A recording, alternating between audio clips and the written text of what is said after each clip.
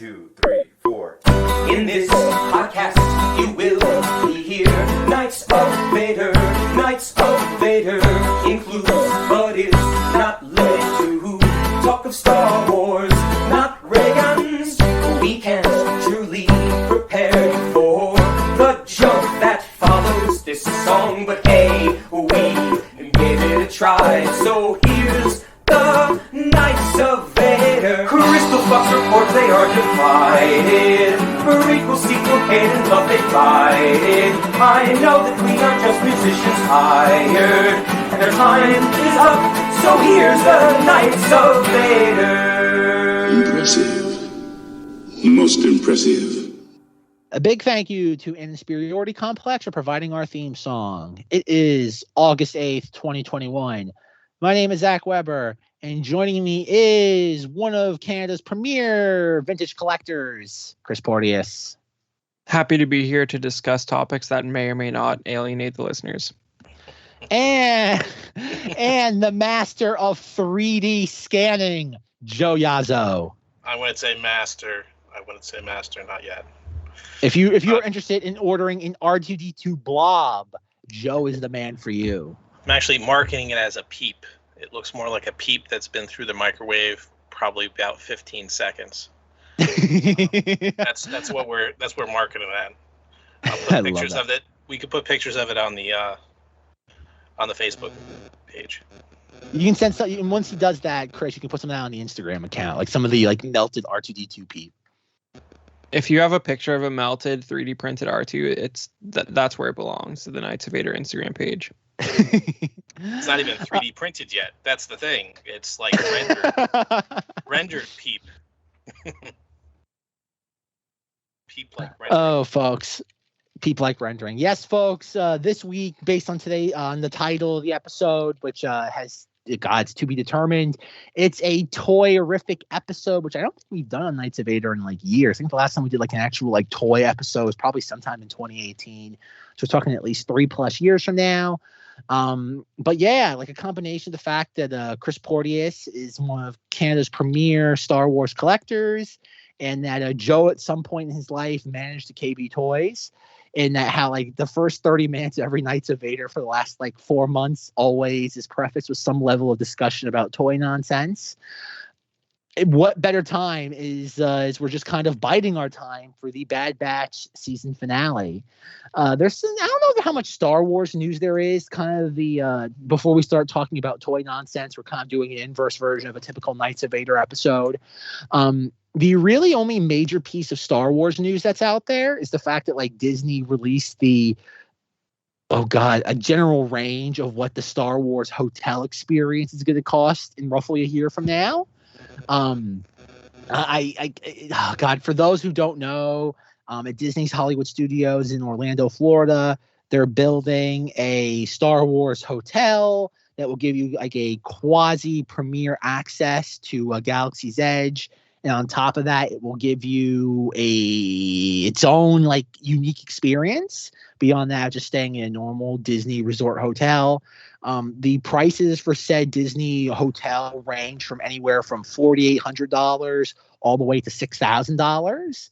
And based on the itinerary they give you, it's roughly a 36-hour experience, including 12 hours of sleeping. It looks like a lot of fun. I don't know if it's worth $5,000 to $6,000 for a 36-hour experience. I haven't broken that down on a minute per minute cost basis. But before we delve into that specifically, what do you guys think about the idea of spending $5,000 to $6,000 for a Disney Star Wars experience? Straight to you, Joe. Oh boy. $6,000. It's not even a 3-day experience if you sit there and you look at it, because check-in time's at 1:00 and then checkout time is a day later, not 2 days later, and it's going to be at 11. So it's not even 36 hours. It's 48 hours for $6,000. But I mean, did you watch some presentations? Do you not identify with the value proposition being made? I do not. No. Interesting. $6,000. You can get You can get a lot of stuff for $6,000. And if you sit there and look at the itinerary, it's kind of some fun stuff. You know, they give you like a half hour of each thing. Like they teach you how to play sabacc for 25 minutes, and then you get to play sabacc for 20 minutes. That's worth my $6,000. So sign me up. Hold on. Like I'm sure. I know there's a sort of a narrative out there since this pricing was announced that like it's outrageous. But like, and I think if anyone out there had an expectation of my like ignorant opinion, it would probably be that like along those same lines, but like it's not. Like for one, those sabacc cards were like holograms, and like that might look cool.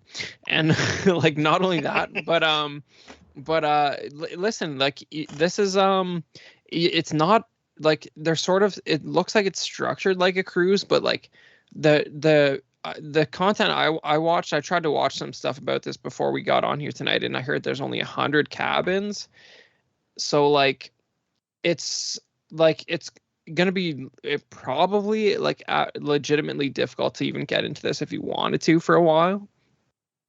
And initially yeah. difficult. I think this thing's gonna run dry very quickly. Well, but like, you know, the way you got to look at it is like, would you ever do it? You're gonna do it once, and if you look at it that way, I think there's sort of enough on the table. Like if those concept paintings they've done like are anywhere close to the point where like they're gonna put like expensive looking Wookiee in my face, and like he's gonna like deal cards to me or something, and there's gonna be like droids around and like Twi'lek bartenders. Like I don't know. Like I think it's expensive.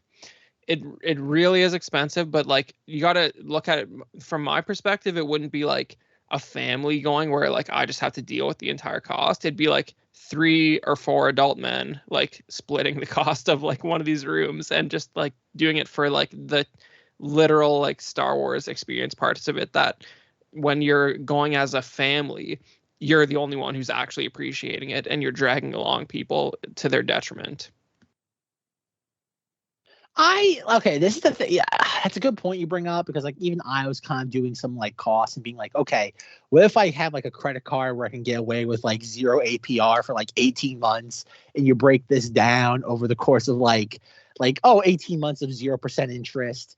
And then like I looked at the itinerary, and the itinerary is it's interesting, but I just don't know how, oh God, like the cost to value ratio is, because you look at some of the stuff here, and the thing that kind of like entices me the most are the story moments, because I really don't want to go through like, oh God, the hour by hour breakthrough of the itinerary, because there's well over like 24 bullet points. But you do have moments where it's like, oh, unexpected story moment, where it says, quote, prove your mettle to join an elite smuggling ring, or quote, hide a stowaway to help the resistance. And that's the sort of stuff I could see this being worth like $5,000. And that like if you get to actually live out a Star Wars adventure on a personal level, I could see this being worth it, maybe not to an adult, but to as a kid. Because like I think I've mentioned it maybe like years ago on the podcast, but in 2003, I won tickets to Disney World back when they actually still did Star Wars weekends before the dark times when Disney took over. And I had I got on stage to fight Darth Vader back in part of the Star Wars weekends experience. Amazing. And to this day, yes, there's pictures of this somewhere. I'll have to post them to the Facebook group. I actually met Boba Fett too. He chased my friend down like Tatooine Trader's Alley. But that's a story for another day. It's the idea that like to this day, as a Star Wars fan, that's one of the highlights of my fandom. If I was a parent that had a kid or kids who loved Star Wars on the same level that I did in like 2003, I wouldn't think, if I had the financial means to pay for this, I wouldn't think twice about it. That's where I think this is where it's like hook, line, sinker from Disney's perspective.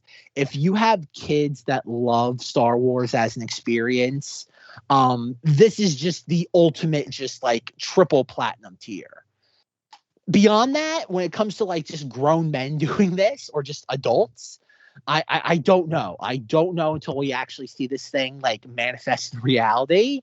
I can't imagine it. I can't imagine spending again. It's like everything else Disney does. Like everybody looks at. Go ahead. I was just gonna say that's the real question, right? It's like once those first guys get in there and you see some photos and you hear that firsthand testimony, that's when we're gonna know whether this is something we have to do or not. You know what I mean? So like we're gonna see that first. But that's the thing, though. Like everything else that Disney does, like yes, is Disney exorbitantly expensive? Absolutely. But Disney doesn't half-ass anything. And that's the thing. Like everyone's like, oh, can you believe like $5,000 to $6,000 for like playing like, oh God, cards? And it's like, no, you're not spending $5,000 to play cards. You're playing it in a hotel that is the most accurate representation of God, Star Wars in reality you could possibly imagine. You're paying for cast members that are 100% indoctrinated as to be living characters in this faux reality, and you're giving costumes, you're giving all this stuff. Plus, I'm so glad we completely agree. Like, yeah. I just like, and you do yourself a favor and learn Sabak before you go. Go find the Han Solo movie card set at your local GameStop that's on clearance for $1.99 before you spend $5,000 on this. Yeah, don't get that Galaxy's Edge one. That's overkill. Like get the Solo movie one. But like I said, that's the thing where it's gonna come down to. It's like I can't like again, like is $5,000 to $6,000 a lot of money? Yes, like without a doubt. But I think if it's something that you can afford and you have that level of appreciation for Star Wars, I can't imagine you walking out of this like disappointed. Like, is it something you're going to do every single time you visit Disney? No, it's a once in a lifetime experience. But I think, like you were saying, Chris, the idea that it's only 100 cabins and the fact that they're kind of building artificial scarcity into this means they are consciously aware of this as a product / experience. Joe, you're still not sold, right? I'm still not sold. No, you're gonna have to do a little bit better. I don't think either one of you can sell the Star Wars experience timeshare to me tonight. We're gonna have to read. Oh God, timeshare. How much would a timeshare cost? Like, what would that be? Like $100,000 a month? Like, what would that be for Disney to offer that? Well, but the real, I think the big problem with the publicity they have on this is that it's a complete fundamental misunderstanding to look at it as a hotel in any way, shape, or form. And even as a cruise, it doesn't quite line up, because beyond like 5 minutes looking out the window, like any time you spend in your cabin at this thing is like you're wasting your money. Like that's really what it comes down to. Like, this is not a hotel or a cruise ship. This is like interact with cast members who have expensive Star Wars costumes and like pretend that you're on a spaceship for a couple days. And I mean, I think another thing people are sort of underreporting is that like you're probably like there's a Galaxy's Edge, like you don't have to have a separate like ticket to get into Galaxy's Edge for this. It's included, of course. Yes. So that's I'm glad you mentioned that, because I want this. Okay, this I know I've talked about this a lot, like on the podcast, like years ago, and that like I grew up in Florida. I grew up roughly 90 minutes away from Orlando in Newport Richey, Florida. And like my brother had annual passes, him and his family, back in like the early 2000s. And they would, for a period in 2002 and 2003, they would regularly take me to Disney. And so in a way I was spoiled, because like it just kind of became like a weird kind of like quasi playground. We would end up there at least once a month for like 2 years straight. But this is kind of the thing about that is it's, oh God, like we live in a different world from then. I'm sorry, from then, that like back in the day, Fast Pass was considered the novelty.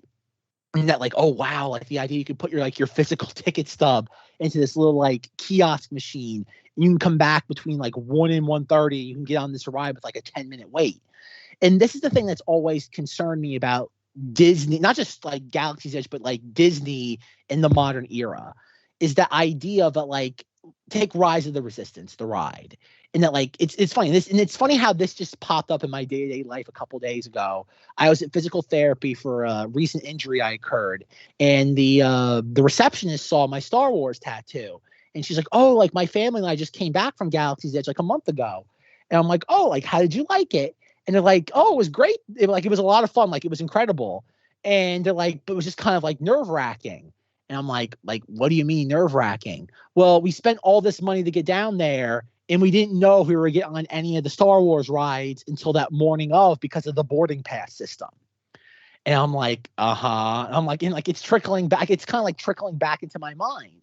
And that notion of like think about it. Like forget about Star Wars like hotel. If you're planning a normal quote Disney vacation, you're spending at the very least between just like airline flight, hotel, rental car, whatever. You're spending at least $500. This is how I'm looking at it, and I'm glad you're going here because they implied that they're like, I believe the schedule they showed implies that you're going to have access to the park in the morning if you want to before it actually opens up. Exactly. And I think that's the thing is that, like, my problem is that, like, as somebody who, again, grew up at the Disney parks, obviously loves Star Wars, is very, very beholden to the theme parks. It's that notion of, like, again, I have not been to a Disney theme park since 2007. And Disney theme parks in 2007 are night and day compared to what they are right now. And my issues, like people ask me all the time, like, oh, when are you going to Galaxy's Edge? And I'm like, I literally have no interest in Galaxy's Edge because I am, again, I live in New York. From what it would cost between airline flights, hotel, car reservations, all these things, I am not spending at the minimum $1,000 to get the chance to roll the dice to get on any of the rides.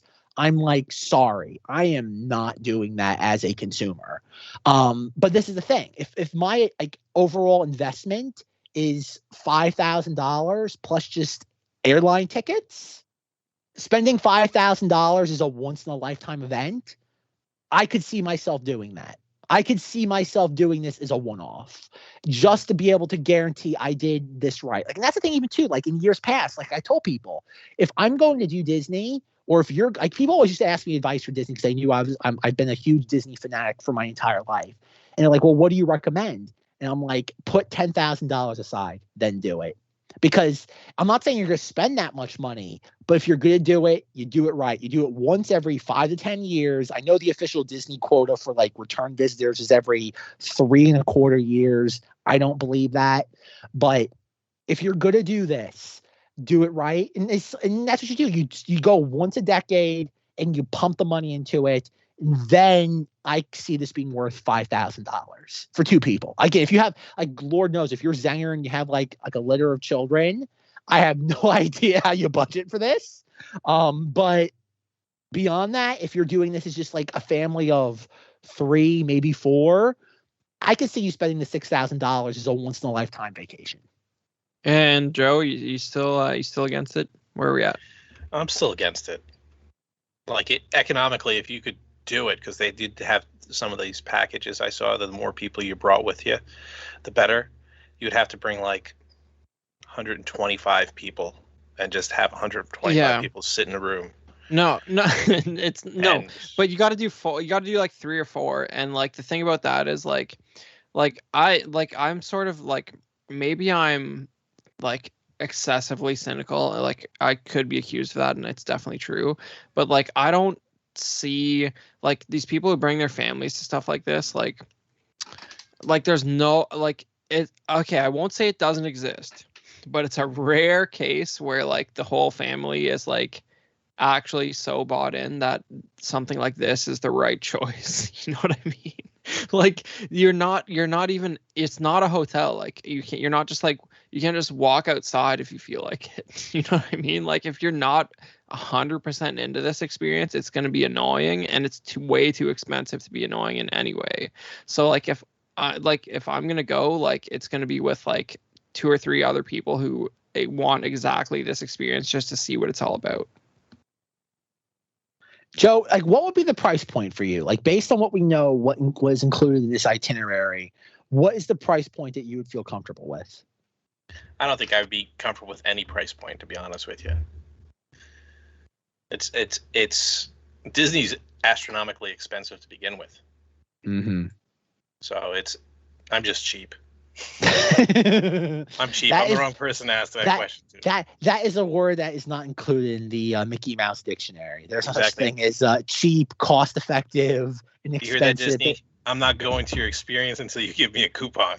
I want a coupon. They don't know what that means. They don't even have that suffix in their dictionary. Yeah, like I said, I again, based on what, again, until we get those like influencer previews from like the mommy bloggers, I wouldn't sign up for it, but I could see myself in maybe like 5 years doing this. It's just something like, again, like you save up a lot of like money, maybe you forego vacation 1 year and you put it into this. It's just something kind of like, wow. My thing that I think is a little interesting, because at one point in this, they talk about the lightsaber training, which only lasts about 30 minutes, which is kind of odd considering they've hyped up this idea of a revolutionary technology like lightsaber that's self-contained. And I know somebody in the Knights of Vader Facebook group just said like, oh, it's an LED tape measure. It's literally like the lowest tech thing in the world. I know in one of the behind the scenes videos for this, they actually show one of the Imagineers like kind of like fumbling with it, and it looks neat. But this is the thing I kind of find interesting is like, if I'm spending $5,000 for this experience, I want the like super duper limited edition lightsaber to take home. Like, I want that. Like, if you're going to charge me $5,000 for this, that should be my souvenir, the lightsaber. And if they make that something that's exclusive to something you just get to play with for 30 minutes in a 36-hour just like experience, that could be a potential deal breaker for me. So they haven't microbial gloves and I was just wear gloves. But they haven't actually said that that's like a product you can buy yet. Is that what you're saying? Well, that's the thing. Like, they haven't I remember this was back in like 2017. One of the first like guests we had on this podcast was Len Testa and Jim Hill from the unofficial like Walt Disney Guide. And they were talking about how like they found like the patent that Disney created for this thing all the way back in 2017. It's in the episode. Like, they actually gave me the link to. If you go look at the episode, the link is still there. And that's the thing. Like, this technology has been around now for 4 years. It's the idea that like if you're going to charge a premium, then it kind of reminds me of that moment from Total Recall with Arnold Schwarzenegger where the woman's like, but I won't get any souvenirs. Like, that's the thing. Like, if like, I want a physical representation of spending $5,000. I just don't want the normal, like, was it Doc Ondor's lightsaber or Savi's lightsaber experience. I want the lightsaber you can only get from the 5K experience. All right, well, like that's the thing. Like, if you're going to charge that amount of money, then you've got to give me the proverbial trophy to come home with. Okay, so like, here's my problems with what you just said. Go ahead, Chris. Rain on my parade. First of all, let's be honest. Like, anyone who's really looking at it with a critical eye, like, the hilt's way too big on that thing, and it's because it's got 2 tape measures in it. so like, you can't fit 2 tape measures in there and not have the hilt too big. It looks cool, but like, let's get real for a second. Like, there's almost like the tragedy of the authentic lightsaber prop is that even look at like the Hasbro like Black Series sabers. The real unfortunate thing about these things is that if you take a video of one of these in a dark room, it looks like a screen accurate blade. But the problem is, to your eye, it looks way worse than that. And you can see like the LED like going along the whole thing, right? Like, there's like, and this is going to be the same where like, it looks awesome in the video, but like, there's no practical lightsaber that like to your eye will ever look like how a lightsaber looks on screen. So like, that's to wrap your head around first. Because like, it's just like, it's almost like if you look at the films as if what you're seeing is an image captured on a camera, that's why the sabers look the way they do on film. You know what I mean? Like, to your eye, it would never look like that, and it can't with any practical product. Well, exactly, because what a lightsaber is, if you break it down like on a visual level, it's a white beam of light that gives off a color glow, which is a physical impossibility as of now, technologically speaking. Well, yeah, but it's but as a photographic artifact that answers all the questions you could possibly have. So what is it? So that's the real question, right? What does a lightsaber actually look like canonically to a character in Star Wars when they're looking at it from a first person point of view? It's not how it looks like in the movies. Fascinating. But like this isn't going to look any better in hand than like any sort of like, and I know there's a lot of third party sabers that like do a much better job than the licensed companies, but at the end of the day, you're going to see like if it's got LEDs down the blade, you sort of see them, unless it's like I'm like, maybe I'm talking out of school here and like people know more about this stuff, but like obviously this stuff photographs beautifully, but like I haven't seen anything in person that looked too amazing. And especially if you're in a bright room, like LEDs can't compete with like the light of a room, right? So like I don't think it extends in an interesting way, but like I don't think it's that much more amazing than the stuff they're shilling at Doc Ondor's. It's a unique artifact, relatively speaking, in the world of like lightsaber merchandise. I think that's the point. Well, as someone who so like, if I have one semi screen accurate lightsaber hilt in my collection, and like for me, like I nothing grinds my gears more than when I see like those Black Series sabers with the fixed blade like stuck in them, like on somebody's wall. It's like if I want a lightsaber, it's gonna be a hilt only, because I don't like some plastic blade sticking out of it 24/7 in my collection. That just looks whack. I will get a screen accurate hilt and I will call it a day. So like I'm not much bothered by this whole thing. That's fair, but like this is the thing though. I really, not that I feel uncomfortable talking about this, but I don't feel like I would give it a fair shake, because the only like legit lightsabers I have, and Chris is gonna love this because this is gonna be maybe a nice way to segue into the toy topic of tonight's conversation, is that like I have two master replica lightsabers from 2005. I have Luke's Empire Strikes Back lightsaber, and I have his Jedi lightsaber. I do not have any of the Black Series ones. I have none of the Galaxy's Edge ones. I have no custom like unofficial made ones. One thing I think Chris and I talked about this a while ago. I tried to get the reforged Skywalker saber and Leia sabers from like shopdisney.com, and they canceled my order. So I never got a chance to even look at one of those. So I don't have a dog in this fight in that sense. Again, God, if you look back to those master replica sabers, like they were great in 2005.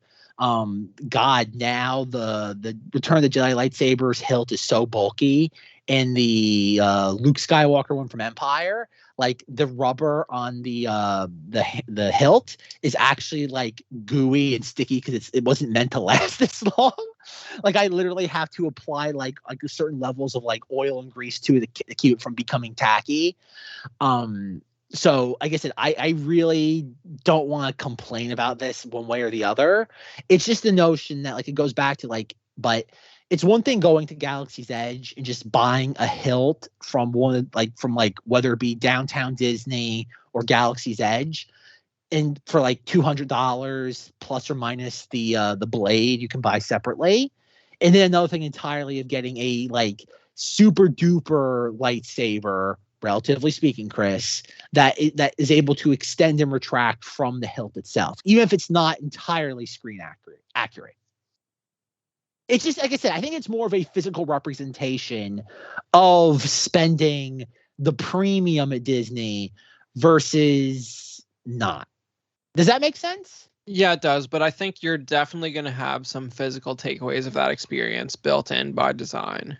Sure. No, I don't doubt. Like I would imagine, but I think it's the idea that like it's one thing getting like a commemorative set of Sabacc playing cards, and there's another thing of getting a lightsaber that's exclusive to the 5K experience. Right, and like let's be honest, the Zavi's Workshop lightsabers are like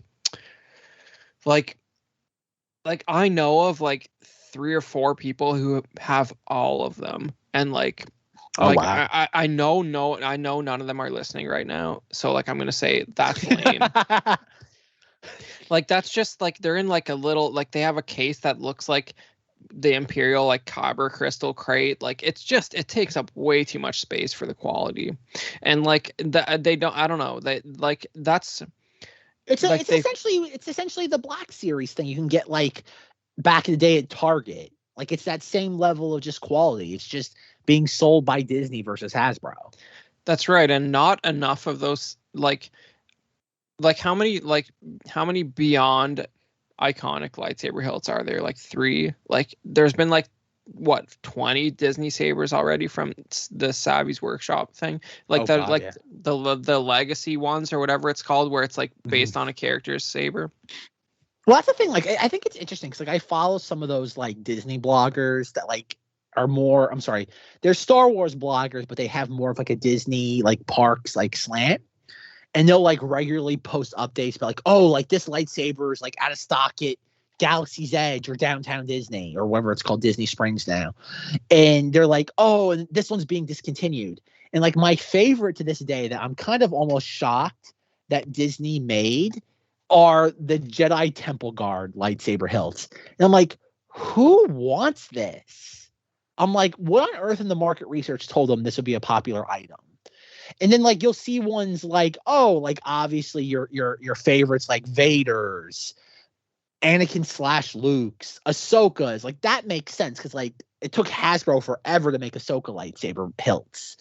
But like the one thing I will say is that like one thing I will buy, and it depends on whether it's available on like shop.disney.com like later this year, but like I will probably end up spending like $300 to $400 this fall on the Cal Kestis lightsaber hilt.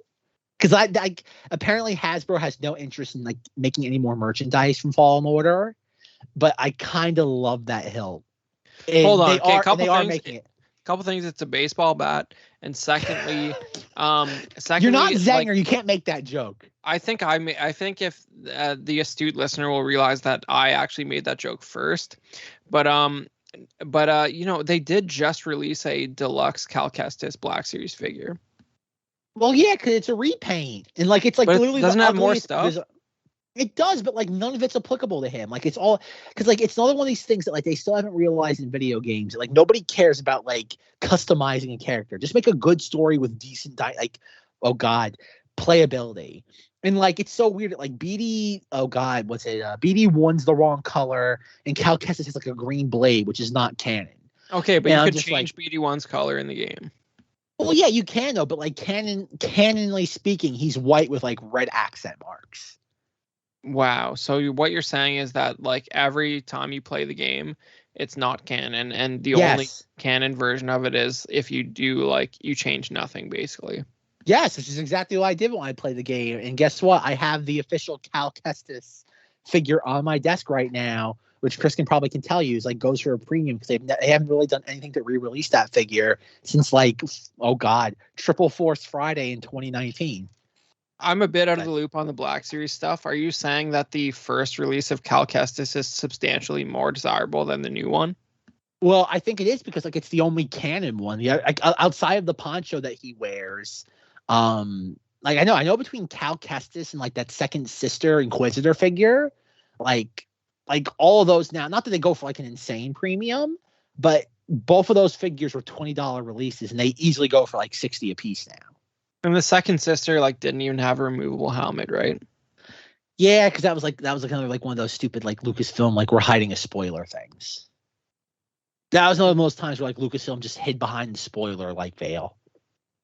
Interesting, because it was like a new had the helmet was a new design, so like you'd think they would have been able to budget for a head sculpt. Well, that's the thing is that like it's weird because like I think we never did a proper like Jedi Fallen Order episode. Like at some point we will get to that. Like I promise, probably sometime in 2022, we will get to Jedi Fallen Order. But it's the issues that like Lucasfilm didn't know, because that was probably of everything that came out in 2019 Star Wars related, that was the property that Lucasfilm had the least control over. That was an EA like thing first and foremost, and Lucasfilm was just like, please, like in God, Lucasfilm probably more Disney than anything else was like, please don't screw this up, EA. Just don't like stick your foot in your mouth. And it did. Like Jedi Fallen Order, as much as I like bitched and moaned about it in 2019, like exceeded everybody's expectations, mine included. And but like that's the thing though. It's like Jedi Fallen Order really on a merchandise level, outside of a few repacks that have been like GameStop exclusives, has more or less been ignored on a merchandising level. Outside of that, like Cal Kestis lightsaber that got like was in a fan's choice vote for the next legacy lightsaber at Doc Ondor's. Well, you can't discount wildly cost-effective Hasbro reissues, such as the like Biker Scout with a General Grievous like guard electro staff that they're putting out in the vintage collection right now. Like I said, like maybe this is the point where we transition into collecting. I just like I wish I could blame Hasbro for all this, but I swear Lucasfilm just kind of has like their boot on the neck of Hasbro right now. I think if Hasbro was allowed, like if they were unrestrained, I think Hasbro would be going ballistic with the Star Wars license right now. I think Lucasfilm has them so hamstrung that they can't move. And like I honestly, I could see there being a reality. I don't know how likely it is, but I can see a reality where Hasbro's just like, we don't even want this license anymore. I'm not saying it will happen, but I could see it's coming to a point where Hasbro's just so frustrated with Lucasfilm. Because look at Marvel. Like God, like every 2 to 3 months you get a new wave of Marvel Legends figures. And God, like every single Walmart and Target I go down the Star Wars aisle and there's nothing. It's the usual just Mission Fleet and Darksaber like role-playing toy.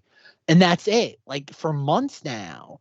And even like Chris, you probably heard it. Like when it comes to like the vintage collection, Darth Maul and Ahsoka figures from the Clone Wars, like I've heard stories that like, oh, Hasbro like initially like underproduced those figures, but there'll be like full cases of them showing up in like God, early summer 2022. And I'm just like, why? I'm like, why is it taking almost 2 years for there to be figures of something? Like I get it. Like I remember back in my like hardcore NECA collecting days, I remember Randy from NECA talking about like what it takes from like the moment something is revealed to the toy people to when the absolute earliest they can get something on shelves is roughly 7 to 9 months. Like there's no reason why it should take Hasbro 2 years to get something onto a store shelf. Like to this day, like we know that they have the Luke Skywalker Crate Black Series figure. They even mocked up the packaging for it. They're just, for some reason, Lucasfilm isn't letting them release it. You're saying the mocked up packaging leaked for that? Yeah. Oh yeah. The Black Series Luke Skywalker Crate figure, the 6-inch, leaked like back in 2019. And for some reason, Lucasfilm isn't just letting them release it. I don't know why. Lucasfilm for some reason has this bizarre stranglehold on Hasbro that Marvel doesn't. That might be just because like the amount of media coming out from Marvel is like just so preposterous that like it's harder to make those calls. Whereas like with Star Wars, it's like one show at a time or one movie at a time. But this is the thing though, is that like think about it, like the next big Marvel thing is the What If animated series. And like a week ago, they announced like all the figures, all the merchandise for this. And yeah, it's not gonna like that merchandise isn't gonna come out for a few months. But it's there. Like if you want to pre-order it, you can pre-order it almost anywhere, whether it be Target, GameStop, Big Bad Toy Store, any of those. Yet like when it comes to Star Wars, is that like I remember back in like March, I pre-ordered the Casca Reeves Mandalorian figure that had like an anticipated release date of like August 2021. And it's been delayed now to like April 2022. And it's like, and yet, like, I'll see pictures on Instagram of people walking into Walmart and Targets and they're finding it on the shelves because Hasbro isn't supplying them with enough of it.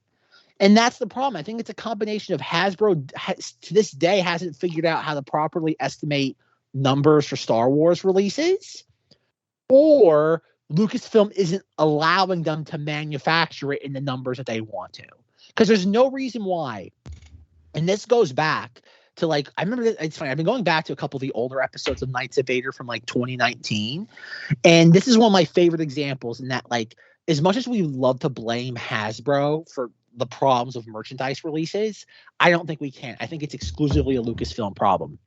And that when when Avengers Endgame came out in April 2019, we all know there was the reveal of Captain America wielding Mjolnir.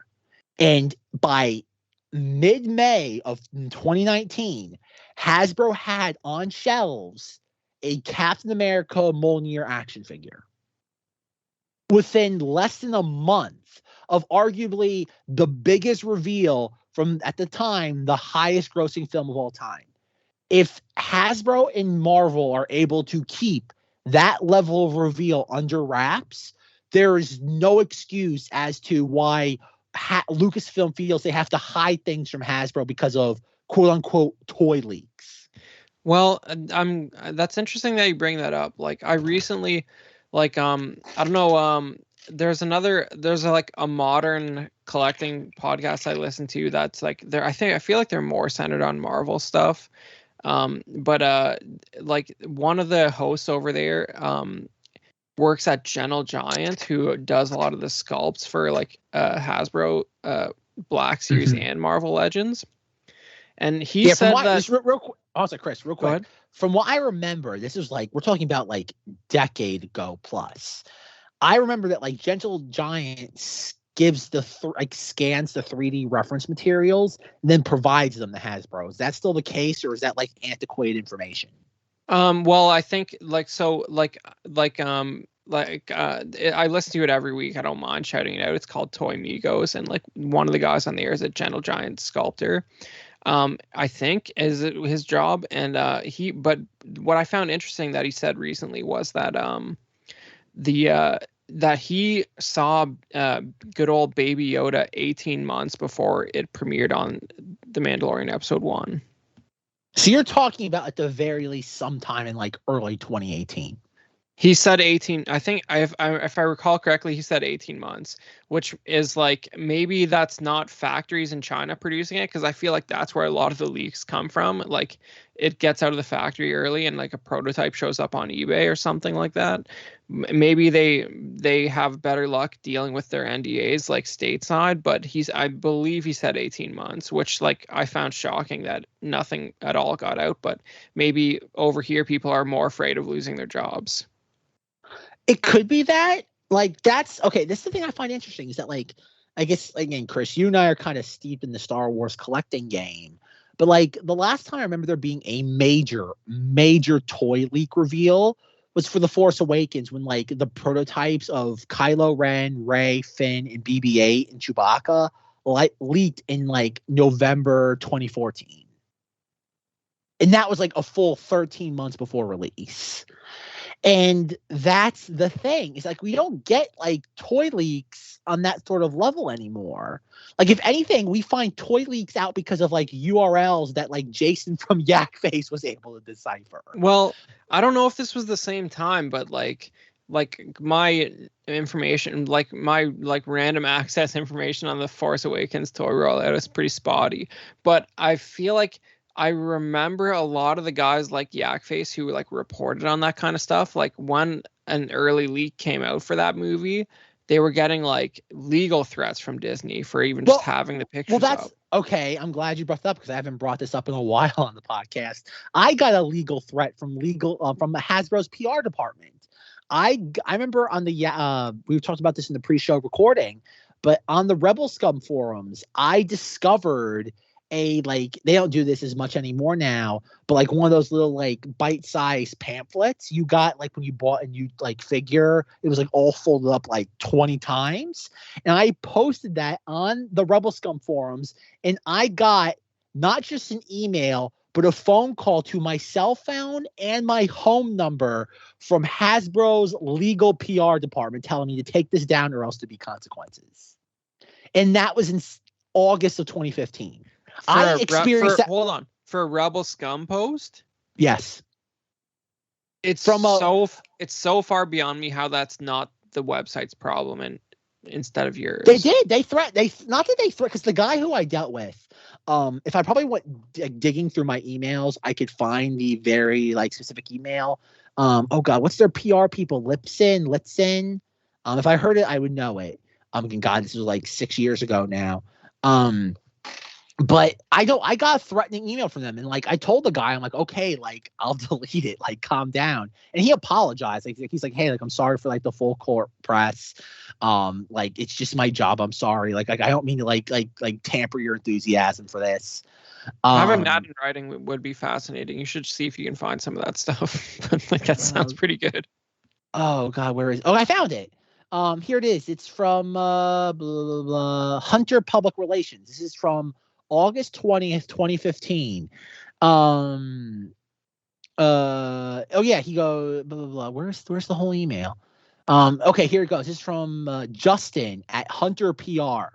Hi Zach, I represent Hasbro Inc. and I'm writing to ask you to please remove the photo album at the following address, which features unauthorized use of Hasbro images.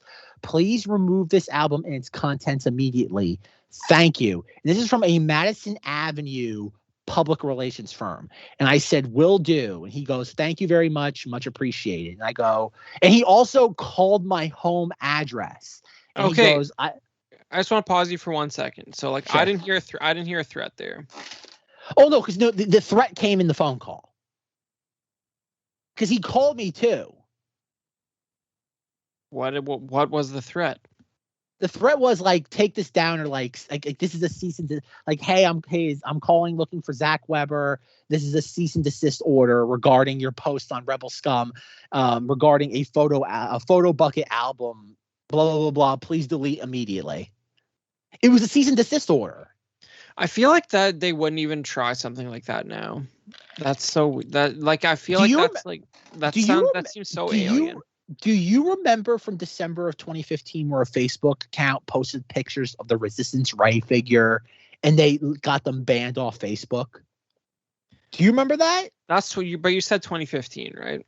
Yeah, it was like November, December of 2015, right before The Force Awakens came out. Yeah. Somebody so this found is maybe what I was Resistance thinking Ray of. figure. Hold on, let me just provide the context for this. This was November, December of 2015. In that somebody found a Resistance Ray figure in a Walmart and they posted it on Facebook, and Hasbro Lucasfilm got that person banned off Facebook because of it. Yeah, so like bonkers. I think absolutely bonkers, because that was JJ at his most neurotic. I think that's what I was remembering when we started talking about this. And like I know there was some guys who generated a lot of content at the time who, like, when that sort of happened, they were like really contemplating like what they're doing, and like it really took a lot of the wind out of their sails for their enthusiasm covering this kind of stuff, because like people were getting in trouble for posting pictures of stuff they found like on the shelves at a store. And it's like the fact that there's any legal recourse for a company to stop you from posting a picture of something you found at the store is completely ridiculous. Exactly. And that's the thing that drove me nuts about like Disney Lucasfilm in 2015, was the idea that like if you find a toy on a shelf and you take a picture of it with your own personal camera, whether that be like a physical camera or a cell phone camera, you own the rights to that image. A corporation has no right to censor that. And that infuriated me about Disney Lucasfilm. And that was the thing. Like, I would go on the Rebel Scum forums, and this goes back to, once again, our pre-show recording. And this is, again, like I said, this is like, for those of you who weren't there for the last, almost 4 years of Knights of Vader episodes, this is what led me to create the podcast. Is like, I would go on the Rebel Scum forums, and I'm being like, hey, I'm like, this is absolutely disgusting that Lucasfilm and Disney are doing this to fans. And you just get this, again, it was that weird thing that happened in 2015 and 2016, was this like horribly misplaced sense of sycophancy in the fandom, where it was like, yeah, it's their product, they can do whatever they want. And I'm like, are you insane? And it's just like, it was just like people like, this is the thing that's so funny. I mean, it kind of bears repeating. And again, Chris knows this, so he doesn't have to listen. But it's the idea that the reason why this podcast, like, again, every once in a while I have to remind people as to why this podcast exists. This podcast started in March of 2017 because I found the weird level of just like, oh God, non-existent discourse in the Star Wars fandom abhorrent. Was it like after The Force Awakens came out? I can still to this day, I'll never forget, because The Force Awakens was released early in Australia, and the moderator of the Rebel Scum forums was from Australia. Everyone's just like, "Oh, what'd you think of the film?" And he's like, "It was all right." Everyone's just like, "What?" Everybody freaked out. They're like, "What do you mean it's just all right?" And he's like, "Oh God, everybody, you're in for a rude awakening." You're like, you are, yeah. If you think this film's gonna be the second coming of Christ, you are in for a major disappointment. And then like The Force Awakens comes out, everybody forgets December 2015. That was the greatest thing that ever existed. It was another one of those films where it was the greatest film since Empire.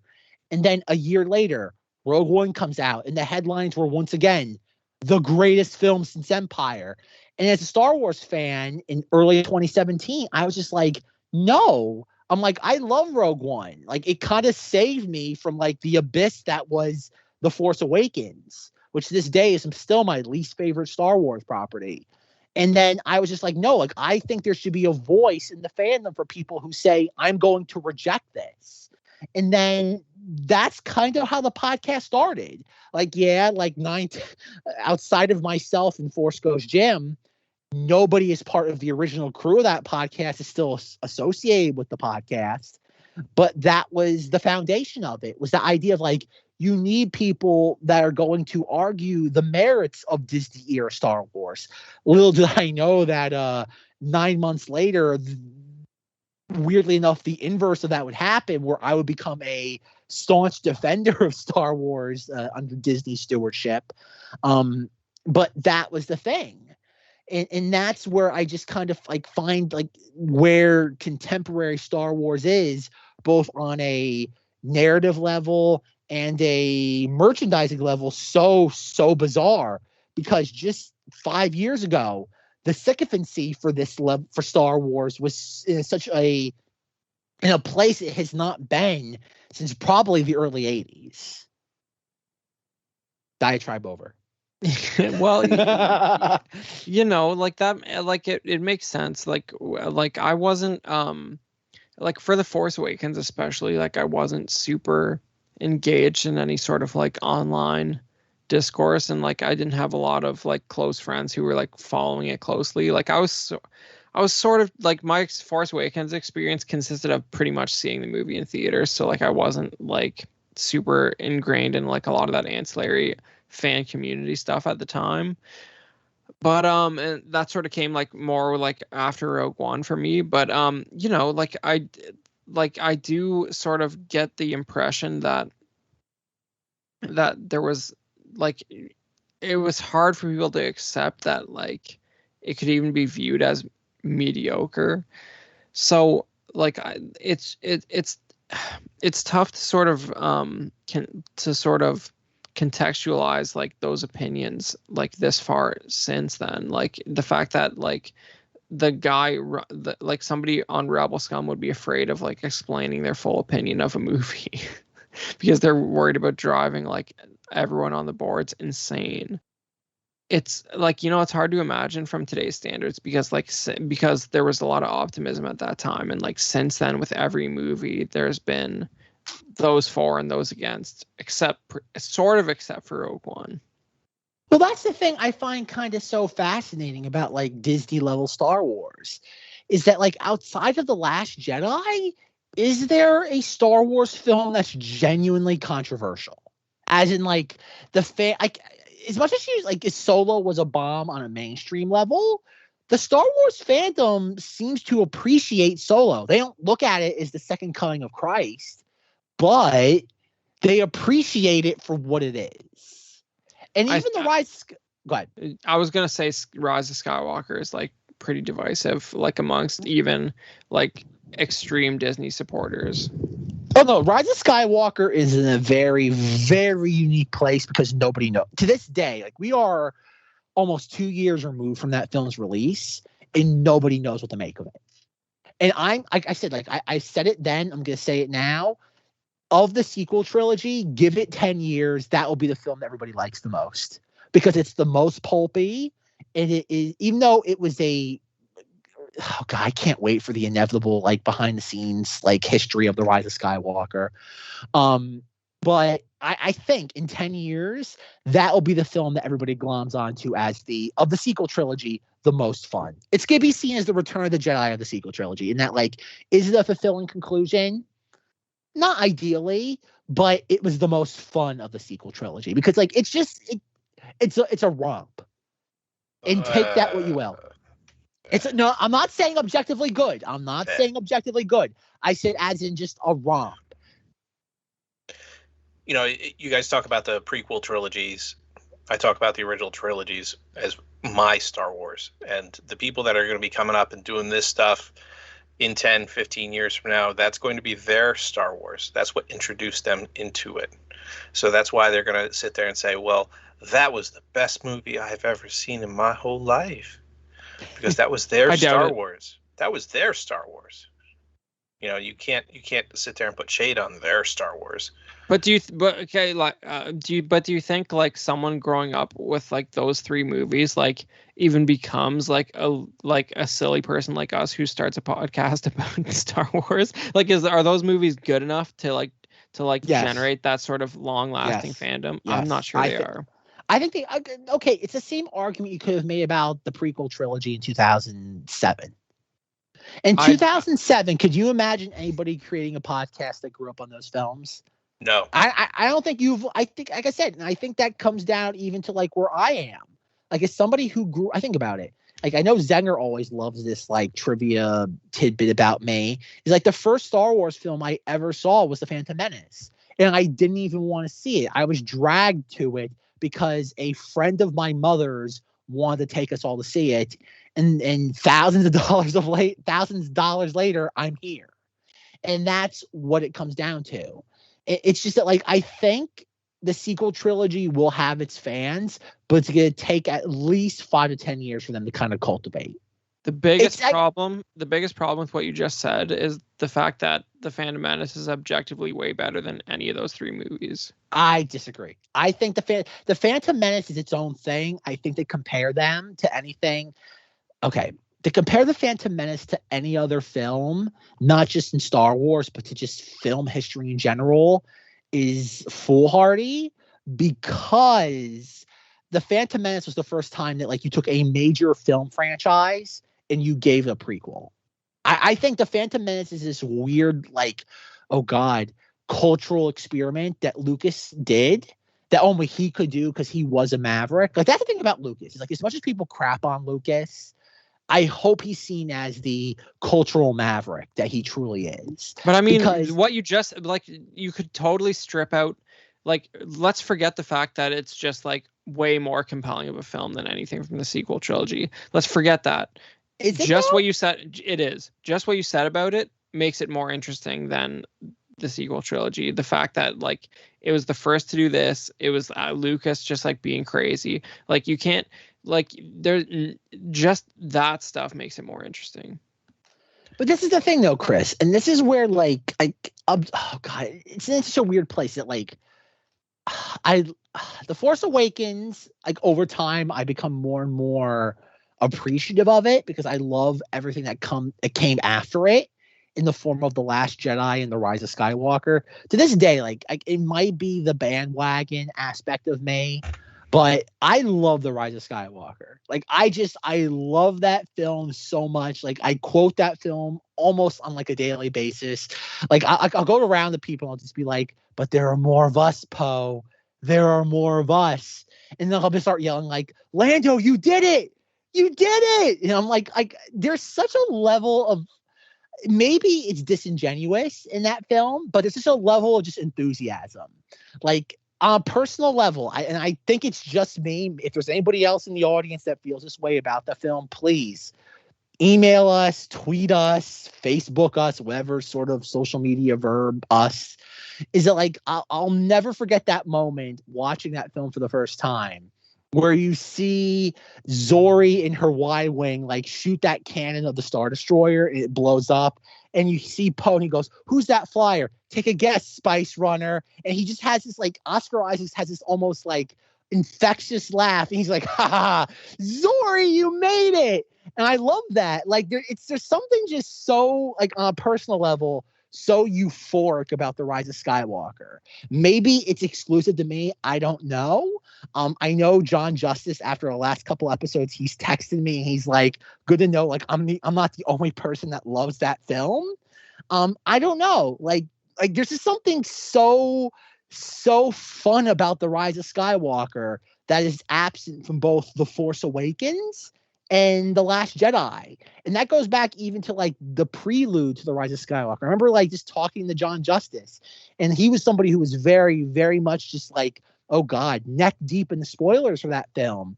And I remember just asking him like all these like cryptic questions about it. And he's like, dude, this is the Attack of the Clones of the sequel trilogy. And I'm like, are you for real right now?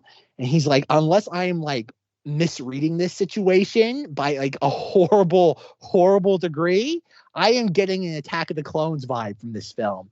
And he wasn't wrong. Like The Rise of Skywalker is the fourth prequel. And that's how I will always describe that film to people. Like it just feels that way.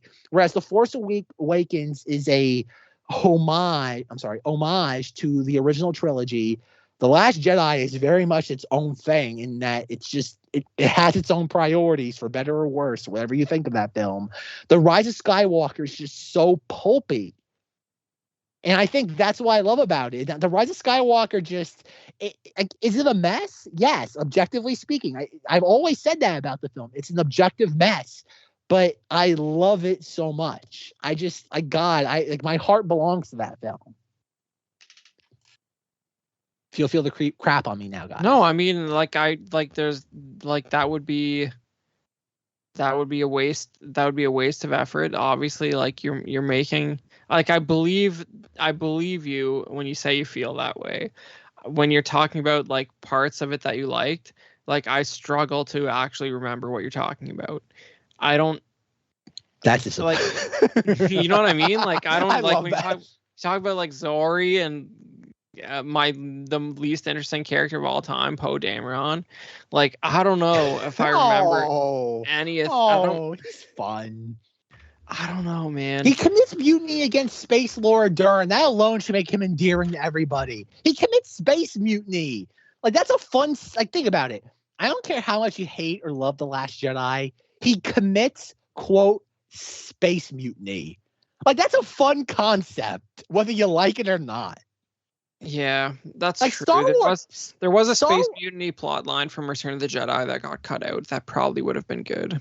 Like that's the thing about like Star Wars fans is that like, and I think this is like almost indicative of like Lucasfilm, is that like it goes back to Lucas's like phrasing of Star Wars, and he's like, oh, it's a film series for children, and I'm like, the problem is that Lucas has a hard time articulating himself, and this goes back to like even his own like self-critique of directing actors, in that it's the idea that like he has a hard time explaining himself to people who don't understand how he talks.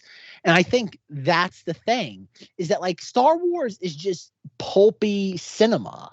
That's what it is. And the problem is that people take pulpy as a bad thing, or they just don't know what that word means. And when I use the term pulpy, it's just meant to be like a romp. It's meant to be fun. It's meant to be like, oh man, guys, like we're going to get the bad guys. We're going to like win the day come hell or high water. And the problem is that like that's what Star Wars 1977 is. It's a romp in that the good guys defeat the bad guys. But the problem is that like the next chapter of that did such a great job of not just elevating the franchise, but just elevating cinema in general. We all kind of just like oh God, couldn't see the forest through the trees anymore. And that's the problem, is like Star Wars fans kind of just like became like, Empire is the ultimate benefit and detriment to the Star Wars franchise, in that it shows what you can do with the property, but it also shows that like Empire is such an enigma. You have to really understand it, God, to almost the microscopic level, to understand that like it's such a specific moment in the story, and not that every film has to be that. Well, and that's but what just drives me crazy about just like film culture as a whole. yeah, I mean, so I guess and I guess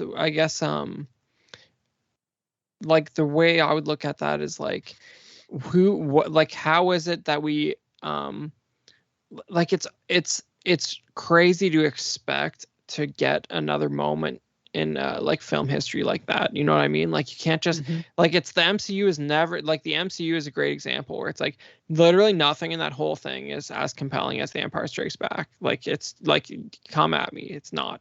And it's just like they're treating Star Wars like that now. Like they just are, because they're sort of all over the place with the timeline and narratively, and there's not like a sort of narrative continuation of like the first 6 movies. Like there really isn't. Like it's just there's nothing that actually progresses that story of those first 6 movies. Like it's something else, and they're sort of scatterbrained about it, and it's just about sort of like the brand name at this point. And and that's okay, that's okay, but like you're like I feel like it's crazy to like talk about these movies like this is episode 7, 8, and 9. It's like, no, there's a time where Disney bought the company, and there's everything that came out after that. Well, yes, like I don't disagree with you that like once Lucas is involved, does all this lose a certain level of legitimacy? Of course. Like Lucas was the maverick of Hollywood. He had the most profitable, popular film franchise of all time, and it was not owned by a corporation. It was owned by one man who couldn't decide whether the name of a character was Doku or Dooku. That's because he's existing on a higher plane than Doku or Dooku, man. Like he's existing on like the weight of the narrative and the hero's journey, which is the hero's journey is a concept that the hero's journey is a concept that Disney totally rejects as an idea. So like there's that to deal with first. But this is the thing though. I don't know. Like this is the thing though. Everybody looks at Disney as if it's some malevolent force in the Star Wars continuity, whatever you want to call it. Misguided, but yeah. Sure, misguided, whatever. Choose whatever word you want to use. But it's the thing though. Whereas Lucas was an auteur, you cannot argue that. The man was an auteur. And this is the thing. Star Wars is no longer being run by an auteur. It's being run by a multinational, multi-billion corporation that's a slave to market research. And that's the problem. Is that like it goes back to that the antidote of the scorpion and the frog, in that the scorpion stings the frog not out of malevolence, but just out of it's my nature. And Disney is not doing anything that they think is detrimental to the longevity of Star Wars. They're doing it because it's just in their nature. And I think the problem is anybody who has half a brain cell in their brain in the fandom has realized that at this point. The only people who are claiming otherwise are the people that are just the weird sort of just people who are making money off of the disdain for Disney, Star Wars in the contemporary era, aka the bizarre stupid on YouTube. That's the thing. I don't think Disney has any sort of malevolence towards Star Wars. They're just doing based on what their conflicted level of market research tells them. And it's funny because like I just in the hour before we were recording this, I was going through my old Simpsons DVDs from season 8, and there's the episode of The Simpsons of Itchy and Scratchy and Poochie, where you have all the kids watching test footage from Itchy and Scratchy, and you have the person who's in charge of the focus group in Milhouse is telling them like what the kids want to see in New Itchy and Scratchy, and the person in charge of the focus group is like, so you want both stories that are fantastical and unrealistic combined with things that are grounded in reality. And they're like, yeah. And then you have, I forget what the guy who's in charge of Itchy and Scratchy is behind the like dual-sided like glass, who's like, you're stupid and dumb because you don't realize what you want. And I think that's the problem.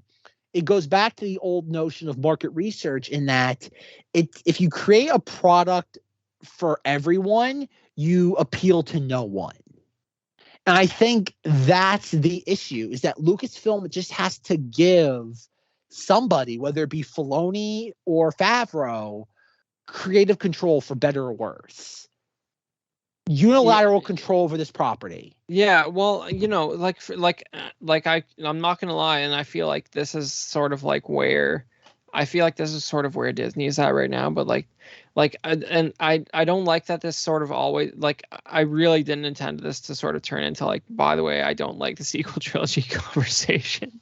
But when it comes to like the other things they're doing, like if you look at like the Galactic Starcruiser thing, if you look at the idea of Galaxy's Edge in general, like some of the stuff they're doing merchandising wise, like with Hasbro, like don't get me wrong, like there's a lot of new vintage collection figures I'm picking up and everything. But like for me, it's like, what can they do to sort of bring a new interesting take on like the 6 movies that I like actually like, that sort of gives me something to be interested in and engaged with. And like when I look at something like Galaxy's Edge, like and I think this came up the last time we recorded, but like just the fact that they have like a full scale Falcon in there is like enough for me that they're doing something right, that like is providing value to me, like with that franchise. So like it's not really, for me, it's like, it's not really so much about like the movies they're putting out. It's like, it's sort of like, how are they sort of managing things? Like if I look at like when Lucas was still in charge post Revenge of the Sith, like the type of stuff that was coming out then, like how is that stuff going? Like you're not wrong. I agree with you in concept. But this is the thing though, is like, as somebody who's a staunch defender of Disney era sequel trilogy nonsense, and then like I have no interest to go see Galaxy's Edge. I just don't. Like I have no interest. Like I would rather sit there, like my girlfriend and I have talked about it. Like it's like just the peek behind the curtain to Zach's personal life. Like I currently live in New York. I grew up in Florida for the first 12 years of my life. I want to move back to Florida, and we're currently kind of planning like an excursion to Florida to kind of just make sure that like that's something definitively we want to do. And like she's like, oh, like while we're down there, do you want to do like any of the like theme park stuff? And I'm like, I don't want to go to Disney. Like, I'd rather go to Universal. Like, I'd rather, like, do their thing. And, like, as a diehard Star Wars fan, as someone who has literally been bludgeoned in their sleep by a Republic gunship, I have no interest going to Galaxy's Edge. Like, in and of itself. I just don't. Like, to me, Smuggler's Run. Like flying a Millennium Falcon that's like, owned by Hondo Ohnaka, I have no interest in that. Like, I want no parts of that. Go hire Harrison Ford. Give Harrison Ford another $20 million paycheck. I want to fly the Millennium Falcon with Han Solo. I do not want to fly it with Hondo Ohnaka. And that's the thing. It's horribly misguided. And it even goes down to Rise of the Resistance. And that oh God, this is something I want to do as its own episode of Knights of Vader. So I don't want to dip too far into the pool of it. But like I was watching that Behind the Attraction like docu-series that Disney Plus has on Star Tours, and there's a point toward the tail end of that episode where they talk about they're interviewing the different Imagineers, and they're like, oh, like we were like first like blue skying Star Wars land at a Disney park. We were like, oh, should we do Hoth? Should we do Tatooine? Should we do all these different planets that we've been teasing for 20 years with Star Tours? And it's like Bob Iger said, we can only do sequel trilogy stuff because that's our Star Wars. And I'm like, and it goes back to stuff that I was saying, God, 2 years ago. Batuu is literally the most boring thing to ever happen to Star Wars. It's beige, vanilla Star Wars. And I'm just like, I don't care. I'm like, they should have made Tatooine. For the same reason why the Eisner mandated that Endor Vendors at Star Tours was changed to Tatooine Traders in 1999. They should have made the Mos Eisley Cantina. It goes back to Ooga Booga's Cantina, my argument of that in 2019. No. Star Wars should not be this blank canvas on a theme park level. There's a reason why that when they took the Norway Pavilion out of Epcot and they made it Arendelle for Frozen, they made it that for a reason, because they realized fans of Frozen wanted to go to Arendelle. Imagine if they made, instead of Arendelle, generic village next to Arendelle. Like, would people still be intrigued? Sure. But little 7-year-old girls would not want to be begging their parents to go to it just the same. And yet for Star Wars fans, Bob Iger, and once again, like I wish out of the like 7 people who listen to Knights of Vader on a regular basis would realize this. Kathleen Kennedy is not the villain here. It's Alan Horn and most likely Bob Iger who are the villains of Disney era Star Wars. Bob Iger, I think, has done more irreparable damage to the Star Wars brand than anybody in the history of Lucasfilm. In a weird way, like, look at it. The man, technically, Bob Iger, has not been in charge of Star Wars now for what? 14 to 18 months, give or take. And guess what? We are currently in the most tranquil period of Star Wars fandom we've experienced since the release of The Force Awakens.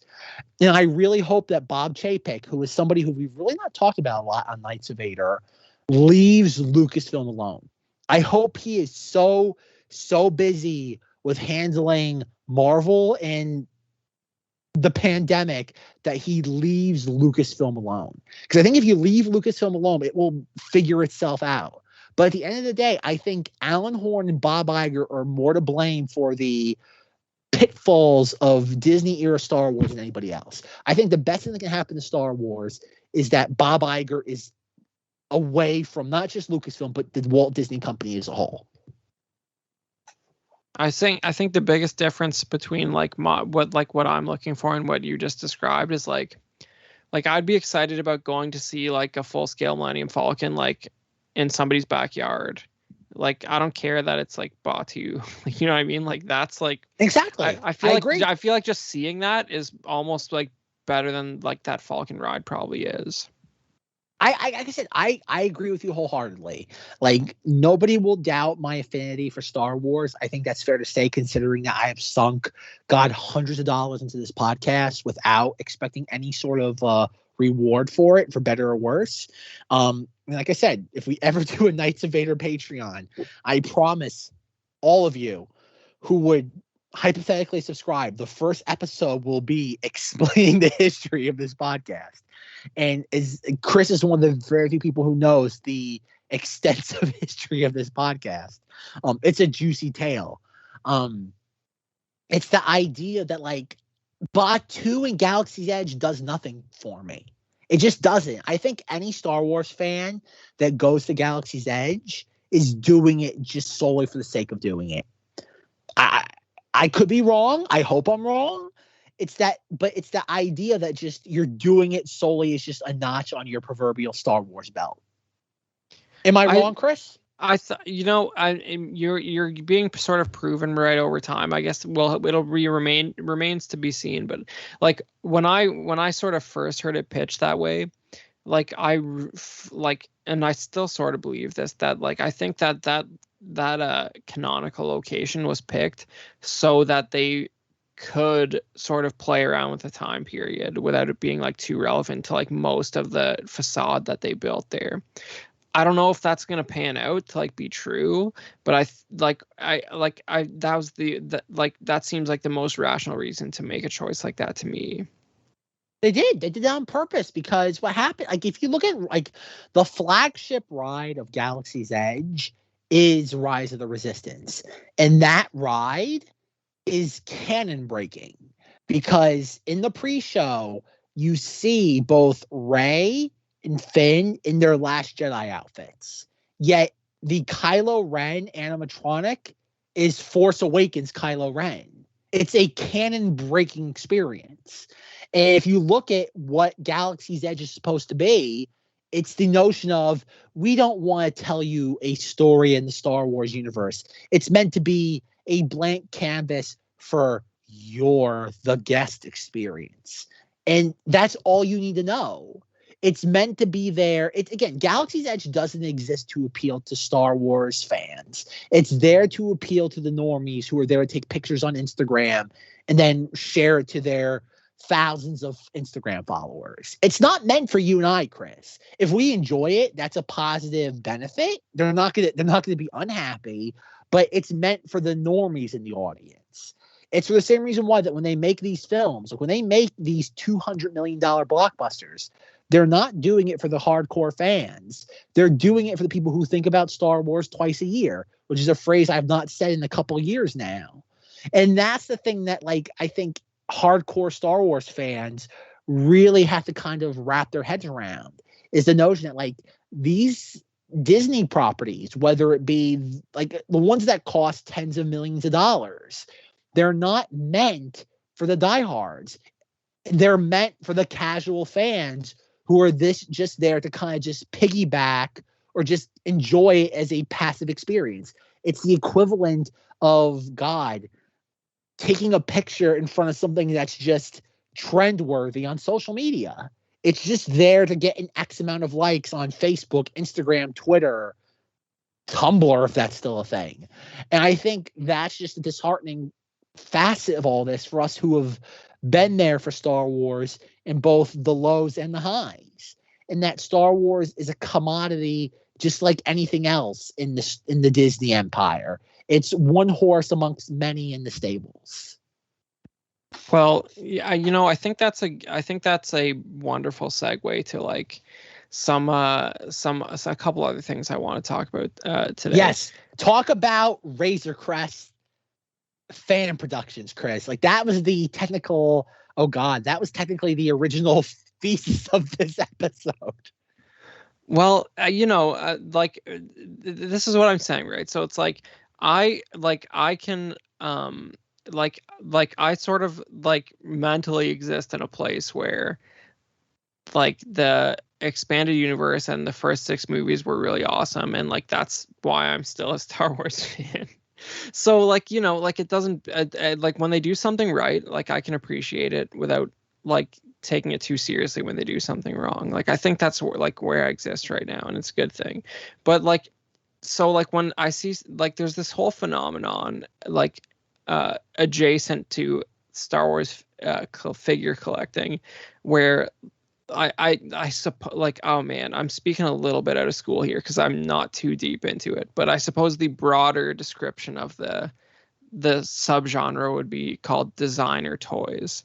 And the most famous bootleg toy designer in our modern era would be a guy called the Suck Lord, who made like some pink stormtroopers like in the late 90s that were very popular, and that sort of got this whole thing going where like some guy will make like some variant of a Star Wars figure and like release it carded as sort of a signed numbered art piece, and it's just a fun thing that you can partake in that's sort of mildly illicit, but like it's probably cooler than anything you can buy that's officially licensed at the current time. So there's a lot of very popular creators in this sort of genre right now. One of them is called Has No Talent. I've never bought anything from him. This guy's big. That's a perfect name. Yeah, this guy's big right now. I've never bought anything from him before this week, but he's been posting this. He's done a sort of Kenner sort of retro style Razor Crest that's like, it looks like it's completely vac metalized with a silver color. Presumably it's some sort of like electroplating technique, because to actually vac metalize something, you basically need a factory, and maybe he's sending these. Maybe these are done in a factory. I don't know, but like it's basically like this chrome Razor Crest, and it was in Canadian dollars. It was like a couple $100 cheaper than the HasLab Razor Crest, which I did not buy, and it's a little bit smaller, a little bit more manageable. So like I ordered that from this guy just because it looks completely ridiculous, and like I just like I was out of control, man. This guy sells only through Instagram. Like he literally will post something on Instagram and you have to type claim, and then like he said, I got 4 of these ready to go, and I'm gonna do maybe like 20 or 30 more before I close it up. So like maybe he's done like something less than 100 of them total. And it's like this sort of rudimentary, like the exterior looks really good, but it's like, it's a basic paint job. It's literally just like chrome looking. but then the interior is like a simplified version of what you'd get with the HasLab one. It's got a couple seats, and like I think it has like all the doors, like the side door and the like the rear door. If I might say, is like an objective third party viewer, I looked at this and I find it like it's just like shiny. Like I don't know like how good it's gonna be as a physical like representation of the actual Razor Crest. But like as when I look at this thing, like Chris isn't kidding. Like it is like the faux vac like metal aesthetic of the Razor Crest.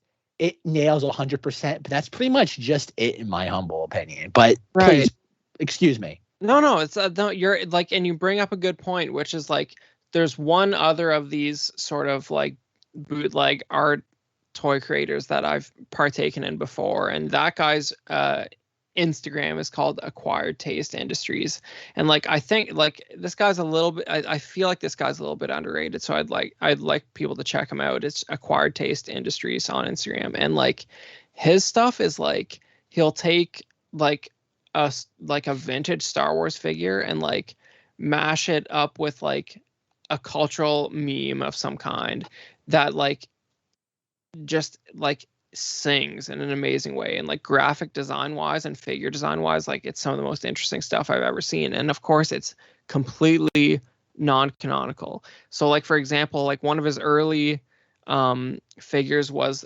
from Acquired Taste is something called Emperor Cryogenius, which is an R2 with a Epcot Center dome on his head and a frozen Walt Disney head inside of like a glass tube Futurama style. So it's like Walt Disney surviving after his death in a robot body with the Epcot Center on his head.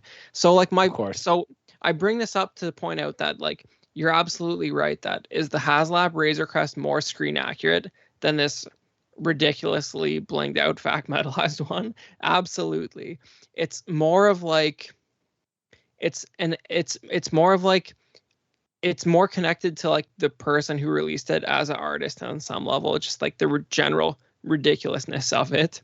So like it's sort of like it's partly what it's inspired by, it's partly the statement being made by the person who released it, and the fact that it's like sort of quasi legitimate in terms of how it was released. There's maybe the tiniest bit of legal gray area if it's like a one-off art piece, but you know, it's so what I'm getting at is like it's sort of like it's not saying that it's not as screen accurate as the Hasbro one is sort of besides the point for me. Fair. And that's the thing, like no, I definitely picked up on that. Like the HasLab one is impressive. And I definitely regretted not getting that until it got blowed up in the show. And then like I was just like, man, dodge that bullet. Yeah, I don't know. Like I said, the Razor Crest is a weird, like one of those things where we don't know its place in Star Wars lore. It makes sense now as to why it didn't show up in the ending battle of the Rise of Skywalker, which leads me to believe they had some idea of the fact it was going to get blowed up this whole time. I don't know. Like I said, like I've seen both the one that Chris recently purchased and I saw the Hasbro one. Obviously, I agree with you, Chris, in that like it's kind of besides the point when it comes to like which one's the more factually accurate one, because clearly Hasbro has access to assets and reference data that a fan would never even dream of. Yes, and just quick pause. Let me remind anyone out there who did pre-order the HasLab one. If we're speaking very strictly about the scale, it's still almost 50% undersized, the HasLab one. Like, let's be real. Well, okay, sure. But I think this went even to like the last episode we did when we were talking about like the scale of like a Republic gunship, and that like what is the actual scale of a Republic gunship? I'm so glad you reminded me of that, because like I was way off on that last recording. Like the Lego one that everyone was complaining about the scale is basically perfect. I posted a comparison shot from Attack of the Clones on the Knights of Vader Instagram, and like the actual ceiling in there, like a clone can't actually reach it. Like the thing they're hanging on to is like a mobile piece that comes down. Like if you look at those shots. Okay. As somebody who has worshipped the Republic gunship ever since 2002, the UCS gunship Lego set, the scale is horrendous on that. Like, it is not in scale. Okay, well, here's what I would point out. If you like the Hasbro one is wrong too. The Hasbro one is but small, at least like 30-40% undersized. it is, but like the UC, like if you want the perfect Republic gunship, it's like the Lego set from like 2012. That is the ideal scale. Yeah. So like the thing is with Lego figures, like they're obviously like their proportions are so weird that it's hard to like gauge the scale when looking at them, because a Lego figure's helmet is the same size as a 3 3/4 Star Wars figure's helmet. Like it doesn't really, it's hard to sort of conceptualize it. But like I would say if you look at like the gun spheres on that comparison shot that I posted on the Knights of Vader Instagram, like looks pretty close to the real deal on that UCS. My problem is that like spending like $350 on that UCS is the idea that like I'm not spending that amount of money for something that's kind of close. Okay, well, here's what I want it closer than not. You make a good point, and what I would say is they should not include figures with it, because that's what's messing it up, and those figures don't look as accurate as the ship itself does anyway. Considering the lack of minifigs in that set, I wholeheartedly agree. If you're only going to include 2, then don't include any at all. Yeah, and like maybe people wouldn't have been commenting on that if they didn't include any. But yeah, Lego collectors are their own beast, which I really don't have any sort of like meaningful foot in that arena. Exactly. Like you know, like I don't want to like rain on the Lego parade, but like if I'm gonna have like a physical representation of something, I would like it to be a little more screen accurate than having studs all over it. I'm not one of those people who's taken a particular joy in the act of assembling Lego sets myself.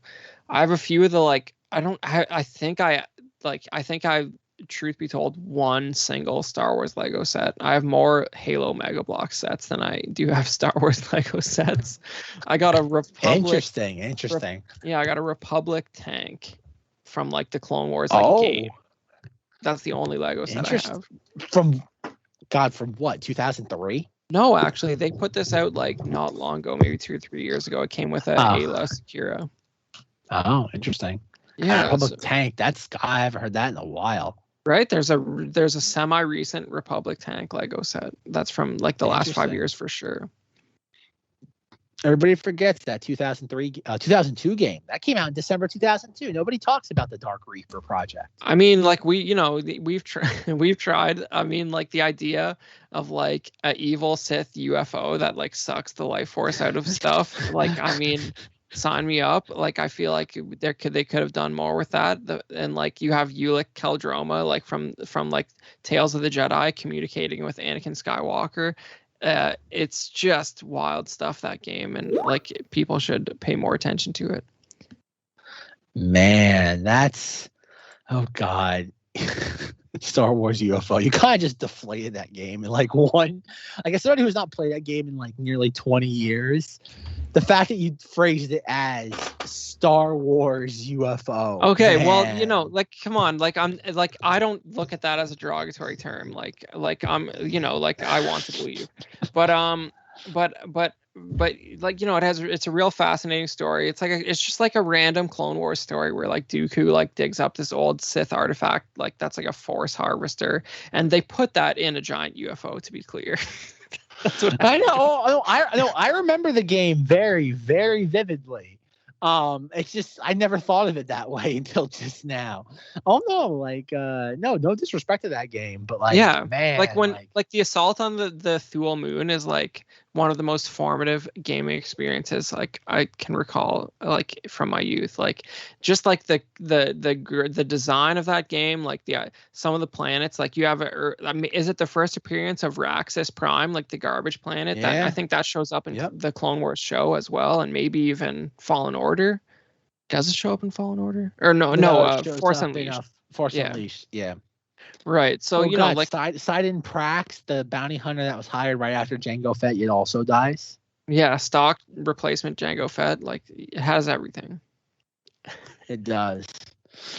Oh god, deep cut Star Wars reference, the 2003 game. 2002 game. I keep saying 2003 for some reason. Oh god. Star Wars back when things were so less complicated than they are right now. Joe, do you have any insights into any of this, or are you just enjoying the nonsense banter? No, actually, I put something in the chat if you guys want to take a look at it. I'm also sharing a screen if you want to take a look. And Chris, this is what you were talking about before, the Razor Crest. Yeah, so like I don't know for a fact if the Has No Talent guy just like designed it himself or bought a 3D model and then like produced it and did the insane paint job. So like I'm sort of agnostic about that. I think it's a little more primitive looking than the one you're showing us. The one I got, I think it's a little bit less detailed than the one you got up here. Because that one would snap together, and you could buy that blueprint for $34.99. Buy more than you save more. I understand that what you're saying, Joe, but like I would also have to buy a 3D printer and like know what I'm doing, and also like if that's actually like nickel electroplated, like the kind of setup you'd need to like do something like that in your house is like I saw there's a guy on YouTube called Toy Polloy that like shows like an electroplating setup for like he tries to do like just a C3PO figure, and like it like his whole family would think he's like making like heroin or something. Like it's just like chemicals and smoke and blue liquids and like electricity and like a car jumper. Like if this guy like worth every penny for me not to have to deal with that. But I like, you know, I think it's a fairly accurate model. And I think here's the thing for me is like the one I ordered with this sort of, whether it's I don't think it's actually vac metallized. I could ask the guy, but like I feel like something like that would look like if you just did a sort of standard sort of black wash on it, like where you put like some black acrylic paint and then like clean it off just so it gets in all the grooves and everything. I think it would look amazing if I did that. Will I be brave enough to do that? Probably not, because it's like I don't know how secure the paint job is. Like if I started washing off that chrome when I'm trying to clean off the black, like that'd be a disaster. So like I probably won't try that. But I mean like that's the real look, right? Like a metal look with also weathering. Like that's something that like even the HasLab one's gonna have a hard time doing. Because there's a bunch of these different ones for different ships. You could do the Republic gunship. They actually give it to you in 2 different sizes. So you mean like they have like a actual 3 3/4 scale Republic gunship 3D model that you can print that would probably be like 3.5 feet wide, like wingtip to wingtip? Well, the scale on this, you can either get it in scale 1/34 or 1/68. 1/68. Interesting. Doesn't give me a reference on how big the thing is, though. Right. So like Zach, I'm guessing like sort of this whole like sort of unlicensed stuff has no appeal for you whatsoever. Not really. Like I have no ability to 3D print anything. I've always been somebody who, if it has the official logo, I will just like throw my wallet at it. Yeah, like unauthorized stuff has never really interested me. Not really. Like I am somebody who needs to have like the official like copyright stamp or trademark on it for me to be like truly intrigued by it. But that's just my own personal taste. No, that's fair. Like I feel like I probably felt that way like prior to 2015, and like for some, I don't know what it is, but for some reason like I care less about that since then. It's more about like who actually is, who's getting it, who's like sort of like, and like I say that as somebody who like don't get me wrong, like I'm actively picking up like some vintage collection stuff. Like I'm not complete on it. It's just like the figures I like, I've still been buying, and like so like Hasbro's like not totally messing up as far as I'm concerned. Like there's been some sort of interesting stuff, like the new 3 3/4 Return of the Jedi Boba Fett is definitely the best Boba Fett 3 3/4 figure that's ever come out.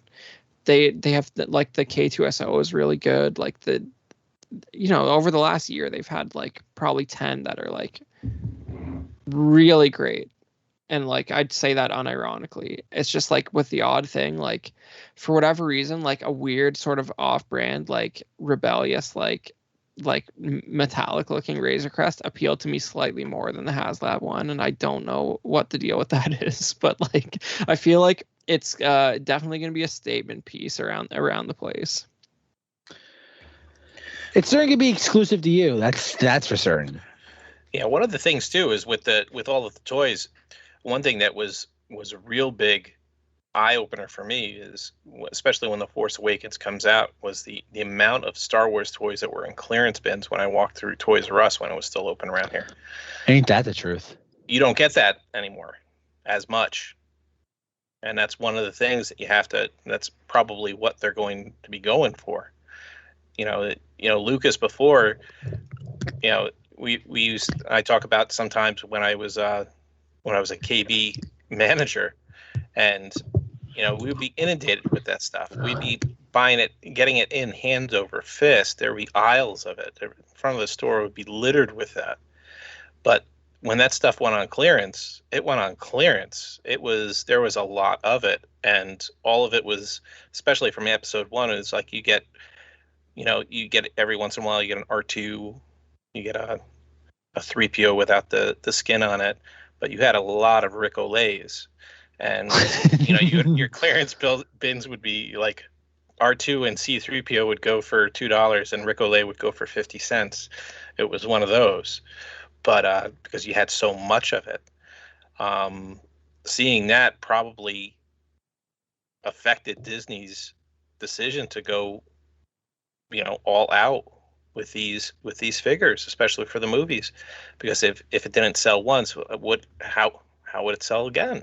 They're not going to sit there and have all that stuff go onto a clearance bin. That's not good for their business.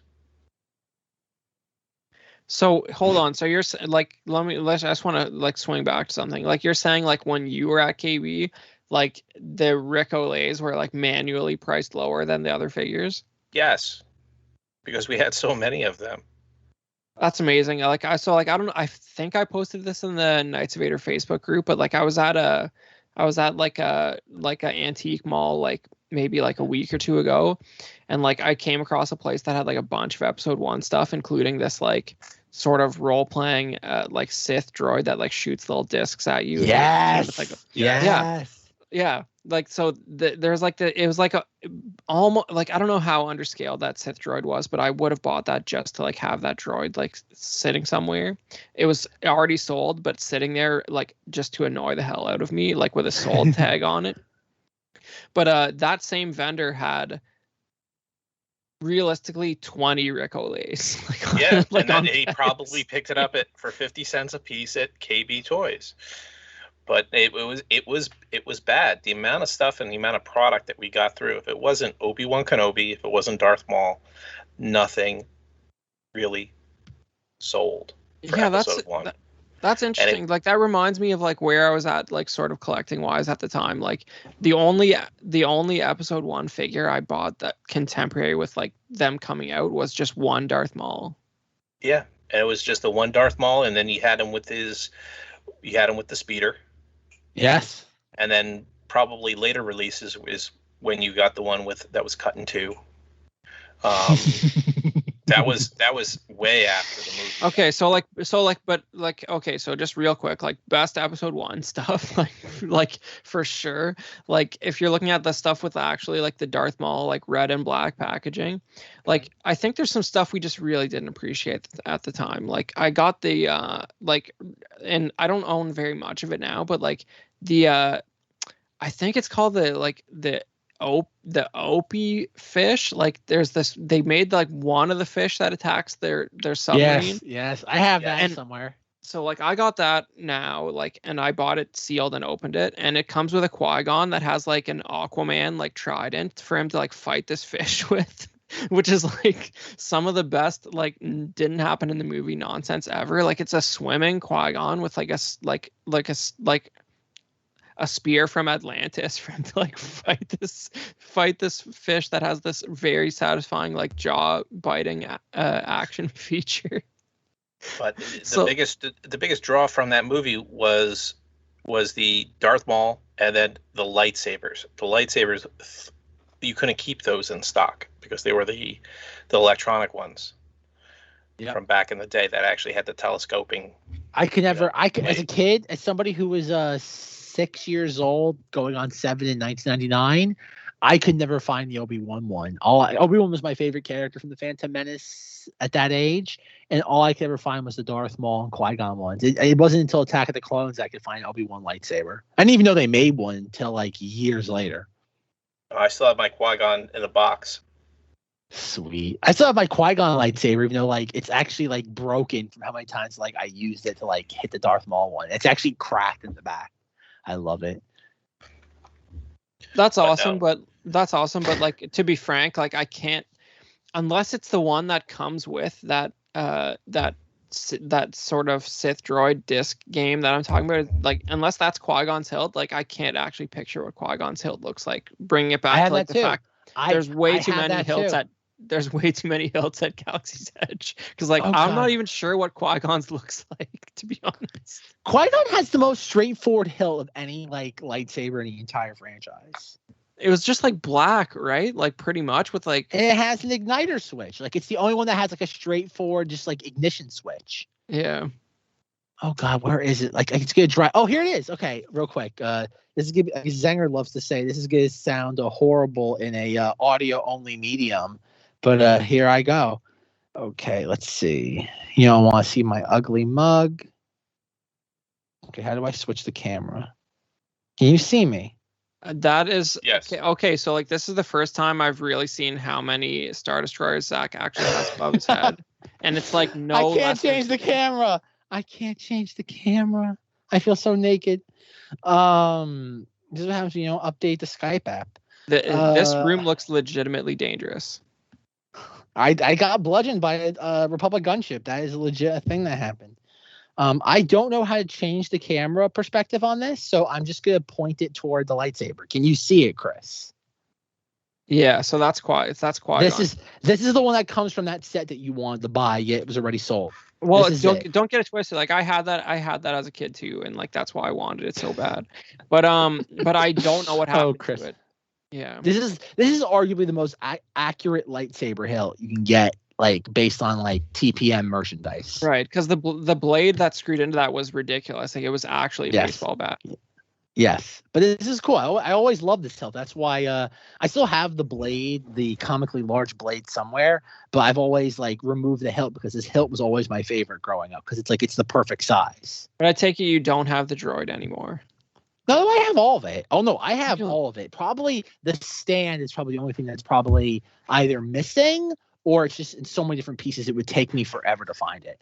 Nice. Yeah, so like, like there's just like, a lot of great stuff came out for episode 1, and like that is a perfect example. Like I probably did a terrible job of explaining it, but like the like sort of like Sith like probe droid that Darth Maul shoots out, like this thing came on a stand that was probably like 3 feet high, and like it would actually look towards where the lightsaber was and shoot at you.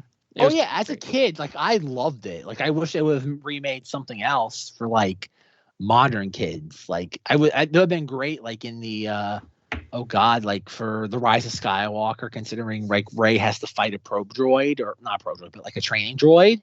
That would have been great. Or even if you want to go back to like a New Hope stuff, like they could have remade that at any time, considering Luke has to fight one. Yeah, but that would be a oversized seeker droid, so I don't know how much that would make sense, because like whatever. At least they're trying, Chris. At least they're trying. Beggars can't be choosers when it comes to contemporary Lucasfilm Hasbro. Yeah, but the point is that was like a very sort of unique piece that was like part of the Hasbro line, and like it was magnificent, and like I'm not sure. Like, and especially from Hasbro, I'm not sure anything sort of like hit that level of like ingenuity and like intrigue on the same level. Do you remember what the MSRP of that was back in 1999? I have no idea. I got it for Christmas. It was like $20. So that'd be around 50 today, give or take. Yeah. Which is sadly what the antique mall vendor was asking for it, and I would have gladly paid it were it not already sold. $50 Canadian.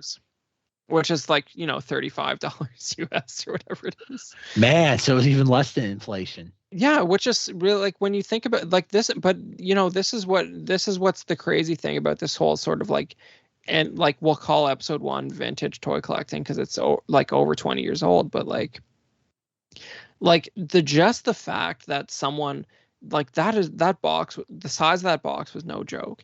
Like just the fact that someone kept that sealed, no less, for the last like 20 some years is worth more than $35 to me. Oh, like 100%. like how like that literally like burdened someone for like maybe it was in a storage unit, but they were paying monthly for that to continue to exist for me to eventually buy it for $50, which is like a complete bargain as far as I'm concerned. But I think just the promise. Go, Joe. just the sheer amount of stuff that they put out, especially for those movies, is well, that's the other thing you have to also realize is that Lucas used to that's what his thing was. His thing was merchandising. He made sure that the original characters sat there and signed off their likeness. He made money off them. Well, that's what the money was. Yeah. That was the joke, was that like it was the merchandise that paid for Lucasfilm, Exactly. not the box office receipts. No. And the funniest thing about that is that like I think if you look at like the original sort of Kenner figures, like there's like 96 of them. Like I'm probably the most familiar with those out of the three of us. Like I don't know, like maybe Joe remembers them, but like better. And Zach, I get the feeling you haven't like deeply looked into those just because you don't find them interesting for whatever reason. Like none of them look like the actors, like not at all. Like you wouldn't even need it's like how Super 7 when they do reaction figures, like they don't actually need likeness rights from the actors to do them because they're so basic. Like it's down to like a haircut and there's like a couple dots for eyes. Like that's pretty much what it comes down to. So it's just funny that like there's like people do always sort of talk about how the actors sign away their likeness rights, and like obviously that's relevant to any use of like promotional photography or print stuff where you actually see a picture of them, but like those figures didn't look like anything. Like I think the only like original like vintage Kenner figure that like looked a little bit like the actor was like right near the end when they did like a Sebastian Shaw Ghost Anakin. He kind of looks like the actor, and that's the only one for sure. The Return of the Jedi Luke Skywalker, the one in the Rancor pit, actually looked pretty decent, like Mark Hamill. I mean, we'll let the audience decide when I post it on the internet. Yeah, for 1984, it wasn't that bad. Yeah, I mean, besides a hair color and a couple dots for eyes, like I don't know what I'm looking at, but we'll put that up there and the audience can decide. But like it's just funny that like when Carrie Fisher was doing sort of like speaking engagements where and like for her book tours and stuff, she would like it would come up this whole and like it made like an empire basically. It's just funny. It's just funny to me to sort of remark on like how primitive like those early figures actually looked, because like you if you know who it's supposed to be, maybe, but that's beyond that you have no idea what you're looking at. We got radio interference. The government's shutting us down. That's interesting. That's not a good sound.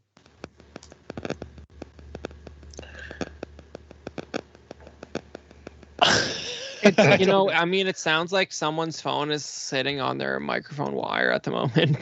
Like, I assure Maybe it's me. Is it me? I don't know. But all right, it seems to have stopped. Yeah. So but like it's just funny that like those old figures really look nothing like the actors, and like I think it's easy to take for granted like stuff like the sort of photoreal printing they're doing now, because like you even go back to like what the Black Series looked like at the start of the Force Awakens launch, and like it's comical how basic their character faces look compared to what they're doing now, like only 5 years later. Like it only took them 40 years to figure it out. But that's the thing. I swear, like when it came to like Disney Star Wars figures, they knew that technology was available. They just chose to deliberately hold back on it knowing that they could then re-release all these figures and collectors would feel compelled to buy the more like screen accurate faces. Because I think about like who wants a Force Awakens wet Rey where she has like this weird sort of just like gobbledygook face, when you can have like a Rise of Skywalker Rey that looks almost like a physical representation, relatively speaking, of Daisy Ridley. They know what they're doing. Like that's what frustrates me with Hasbro. So like that was a marketing decision, no more, no less. I would agree if it had turned up earlier in like a Marvel Legends line or something, but I don't think it did. I think that sort of premiered around the same time for both. I disagree because like there was like Scarlett Johansson Black Widow figures from like the early 2010s that look pretty spot on. Like go look at like a Thor action figure from like 2011. Like it looks just like Chris Hemsworth. It's not perfect, but like it looks closer to Chris Hemsworth than like Rey figures did of Daisy Ridley in 2015. Well, I mean, go ahead, Joe. They were doing real scan figures for wrestlers back in the 2000s. Okay, so like we need to be like super like, you know, because for that one guy who's listening who's like screaming right now, like you got to be super clear about what you're talking about, because like there's the sculpt and then there's like the paint application, right? So like the sculpt photo is there, reel. but the sculpt is there, but the paint application's like atrocious. Right, because like on those early Black Series figures, like their face was literally like 3 colors that were like used. They use like a paint mask, and like they're like they put them on there, and there's no like gradients, there's no like transition tones, there's no weathering, right? So when they print it, you get a lot more of the like sort of intermediary like colors and tones, and like it's just a more subtle look, because like when they paint it, it's just like such solid blacks and whites that it's like it looks like it just like you look at a Force Awakens Rey Black Series figure, it looks like a kid did it compared to what they're doing now. Like, right, it's just real quick. Yeah. No, real quick. I am looking at I found out the official name of the episode 1 game that that Chris was talking about. It's officially called the Sith Droid Attack Game, and I love the packaging. The packaging says it tracks you, it attacks you. Your lightsaber is your only defense! ! And then in the corner, it has the little like Sith probe droid like on a stick, and it says, quote, and I'm not even making this up, "I will find them." You know, from our favorite moment from The Phantom Menace when the probe droid screams, "I will find them" at Qui-Gon Jinn. This is delightful. Like this is the sort of like packaging I wish Hasbro would go back to, where there's like a level of camp involved with designing it. Yeah, well, I mean, it's not the probe droid saying that; it's Darth Maul saying that to Darth Sidious, of course. But maybe maybe somebody got confused. Based on the packaging, it seems that the droid is saying that. And Darth Maul is nowhere mentioned on this packaging. Kim says with a like straight face. Well, you know, but if the trace was correct, he will find them quickly. So, you know, that's what it's referencing, like in my estimation. But I love how there's little like oh god, lines and like descriptions where it's like 2 biaxial infrared trackers. Like they treat this thing as if it's the most like on the cutting edge of technology, like not just for a toy, but just in general. Okay, but like it's delightful. But it's like, delightful. do you remember? I mean, but do you remember any other toy that like looked where you were and shot at you? Because like I don't. No, I love this, but like that's the sort of thing that I wish Hasbro would go back to, instead of making more just like generic mission fleet garbage that like nobody's going to care about. I wish they would have done something like this. Like I wish they at least would have tried of making a like a level of like interactive toy that people just like, you know, if it's a little kitschy, it's at least it's at least fun. Like if you're going to make a failed product, at least make one that's its heart is in the right place. Whereas like Mission Fleet just sits on toy shelves and dies. Yeah, like that thing was genuinely fun to play with. Like I don't know if you remember, but like that was. Oh, I loved it. That was I loved it as a kid. Stuff. Yeah. Oh, it was. Like I remember playing with that forever. Like it was fun, man. Like I wish they would have made more toys like that. There's a reason why like people hold it in such high regard even to this day. Yeah, some kids at school were really cool, and they got their 3 3/4 Famba, but I would say that was the better buy for sure. What would you say the official name of the set was that you're reading the packaging there? The official name of it is the Sith Droid Attack Game. That is the official name per Hasbro. And I'll have to go check out eBay like when we end this call, because it's going for about $80 on eBay with like $30 shipping. So it's probably going to cost you more than double than what like the person that you found the other day had it at. Yeah, but I mean, I hadn't seen one of those sealed like ever. I don't even remember like what the box looked like when I got it as a kid. Like I just remember playing with it. So like that was wild. I'm gonna check that out. It's pretty large because you have your Sith attack droid in there. Well, Chris, I have a question for you. And this is like a dual part question. When like I said, like the Phantom Menace was like my first Star Wars film. There's two pieces of Phantom Menace merchandise. So I'm just kind of curious what you think they go for price wise. The first one's a little more the conventional one. It's the Naboo Royal Starship. I remember seeing that in like 1999, maybe early 2000. And I always wanted that, and my parents said no because of how expensive it was. It went for $100 MSRP in early 2000. So, God, by today's inflation, it's easily like a $200 toy. Have you seen that show up at any of your toy show or like your private collecting events? And if you have seen it, do you feel it was worth that price tag? I've always been curious about that as like a Star Wars fan. Yeah, so that's a real interesting one. Like maybe like Joe knows a little more about it. Like for me, during like the time contemporary with the like episode 1 product rollout, I never knew that existed. I never saw it. I never saw a picture of it. It wasn't on any of the backs of the figure card backs as far as I recall. But like like I said earlier, like I wasn't really like buying a ton of like the like 3 3/4 stuff at that time. Looking back at it now, like I've seen it maybe 3 or 4 times like in person for sale around the $200 mark. And I think it's been open all those times, but it had the box. But like for me, it just really like doesn't do it just because the design of it. Like I'm not crazy about the design of it. For one, like of all the things that could have deserved like a preposterous vac metalized treatment, like that should have had it. Like you got to remember, like in the vintage line, they made like a C-3PO carrying case that was like a 1-to-1 size of a C-3PO upper torso that was like fully gold and vac metalized. And it's just like they flew that was like the peak of like ignorant vac metalizing everything. like it's just a giant C-3PO case for your figures that was golden. So like like the fact that you can't get like the actually chrome like Naboo starship, like the Queen's Royal Starship like that, it's unfortunate. And also it's just sort of the design of it fundamentally is sort of like it's more of like, it's not like a 3 3/4 ship. It's like you have to splay it out, and it like sort of folds out like origami, and it's like more of a play set like when it's all like exploded open.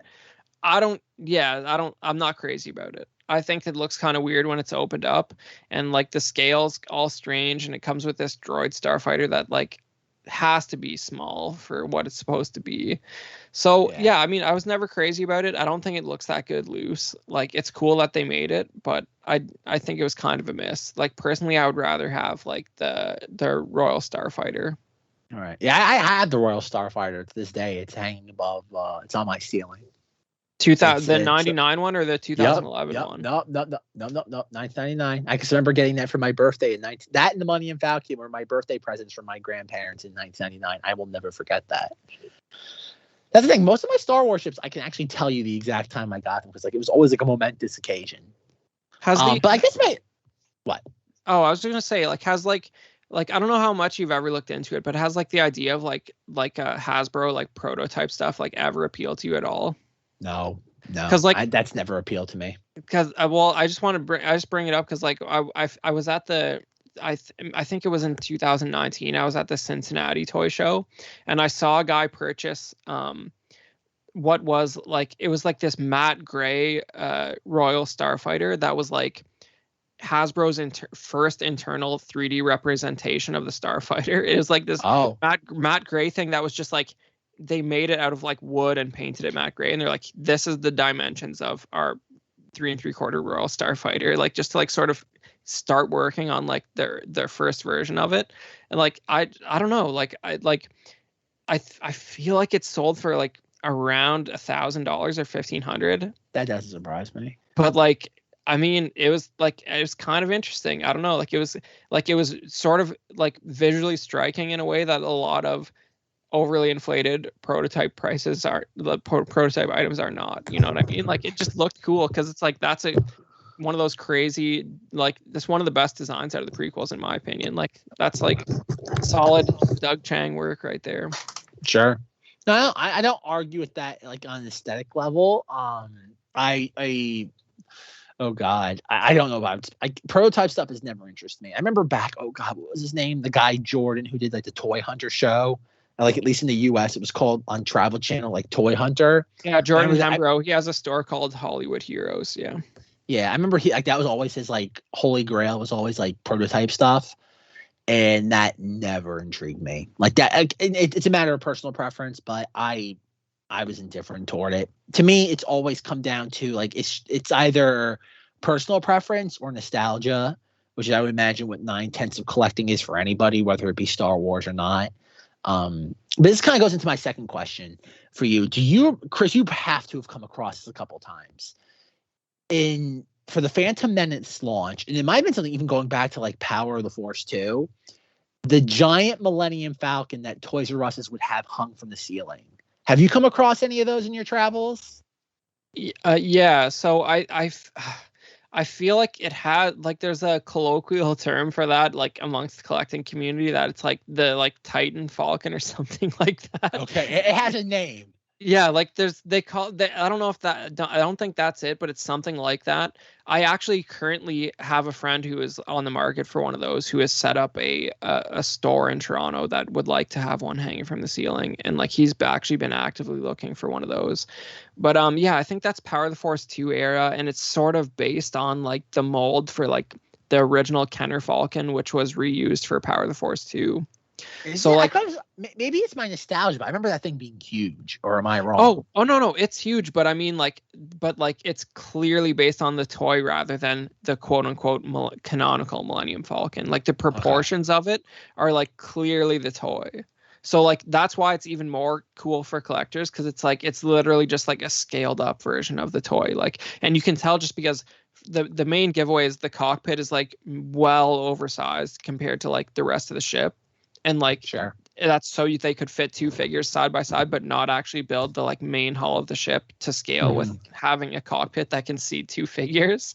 So like, it just like, it's an instant giveaway what you're looking at when you see that oversized cockpit. Yeah, those things were very, very thin plastics because they had to hang from ceilings. And many of them are like very oddly yellow at this point. Yeah. But but I mean, I've seen them a couple times.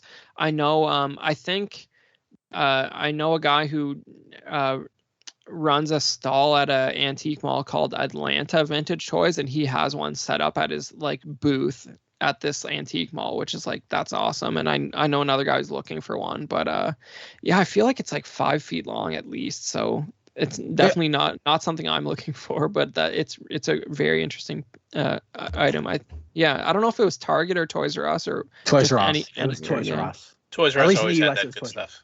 Because there's a Naboo Starfighter as well that's like on that scale, like I think that one came with like 2 droid starfighters that were like chasing it, and it's like just as big. Obviously, if you're gonna have one, you're gonna probably want that Falcon. Interesting. Okay. Yeah, I never thought of it that way. That's the thing. Like, when it comes to the Royal Starship, that's interesting. I would love that. That's kind of like, that would be like, I have no idea what I would do with it if I ever even crossed paths with it. I wouldn't even, like I said, I have nowhere to even put that though. But it's just one of those things where like, it's so ingrained into like my childhood nostalgia. It's like running to like the Star Wars aisle at my local Toys R Us back in the day, and always seeing that being there as like kind of like the beacon to like go to in 1999 and 2000.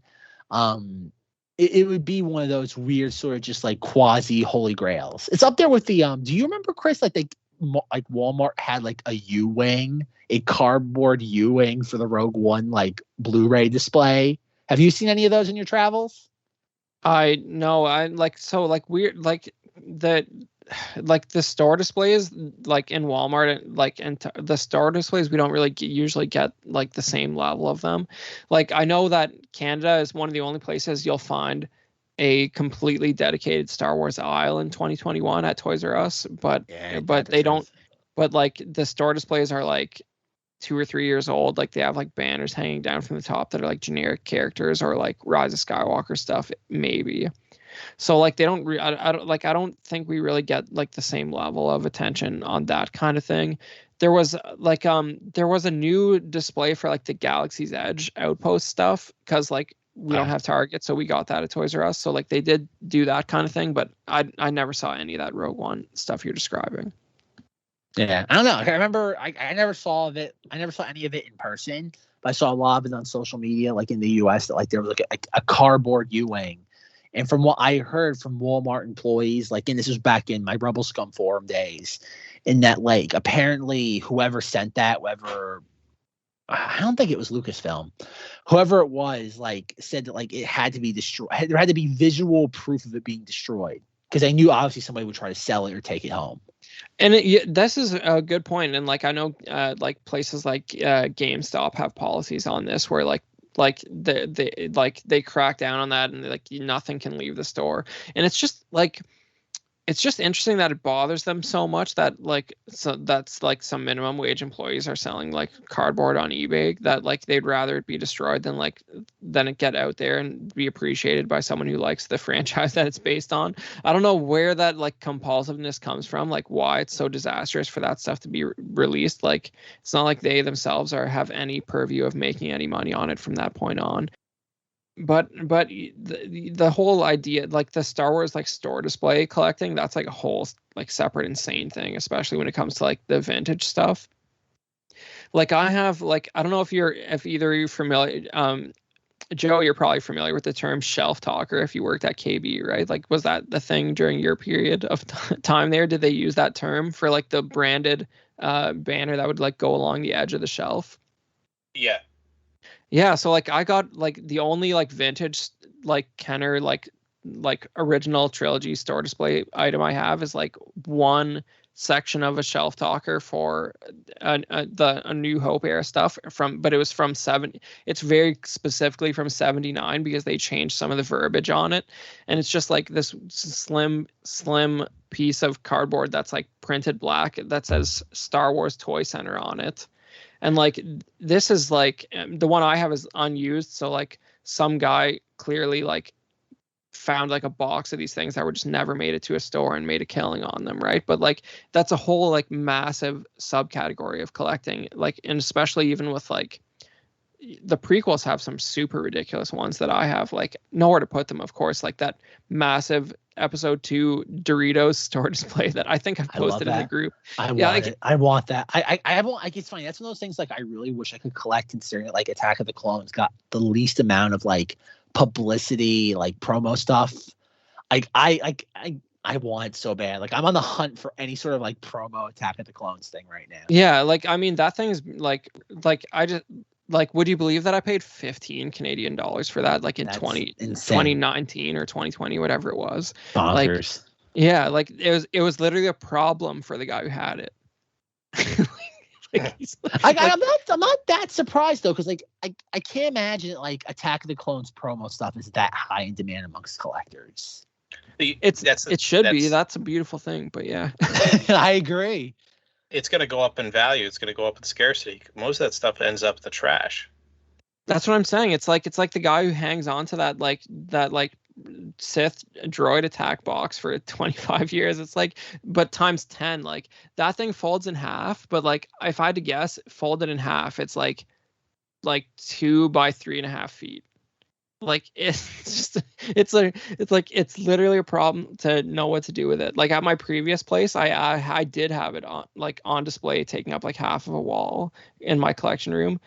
After moving, I don't have room to do that anymore. I still have it, but like Chris, if you ever want to dispose of that, I will gladly pay you a price for it.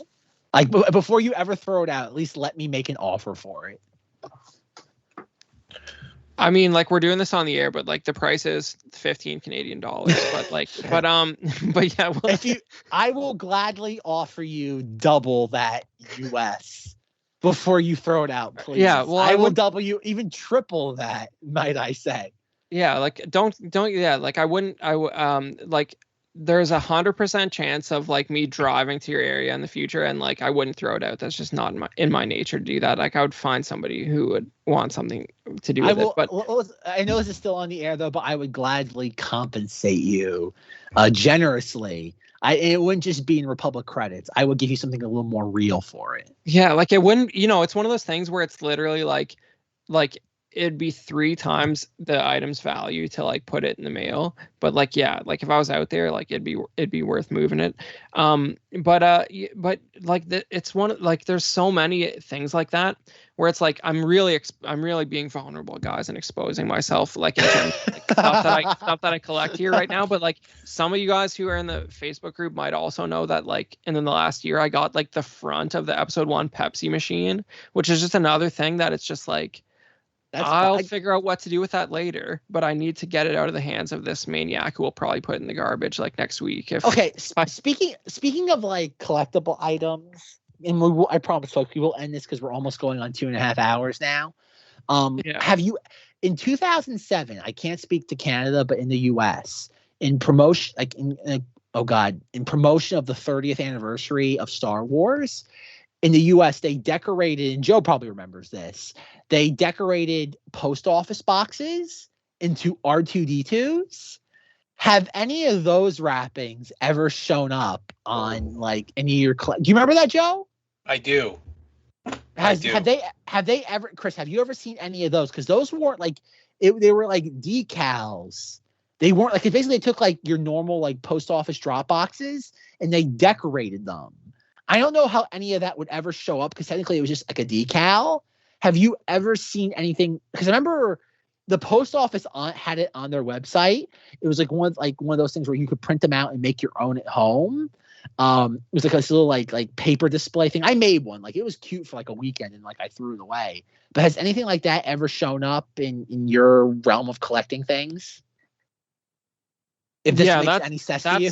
No, like it makes too much sense to me. Like this is like, the more attainable version of this would be like the special edition and episode 1, like convenience store Pepsi cooler R2-D2s, you know what I mean? Like still as ridiculous of a spatial thing, but like, so like there's like, I'm getting it sort of mixed up now. 'Cause like there was actually like a late 70s Canada Post R2-D2 that was like a decal that was like only in Canada, that like I feel like it's another one of those things where like it doesn't exist anymore, but like I've seen photos of it and there was like this, like I don't even know if this one was branded because like I'm sort of blurring it here, but I mean something tells me that like if somebody like, it's possible that some maniac like literally ripped a US Postal Service mailbox that had an R2-D2 print out of it and like actually stole it.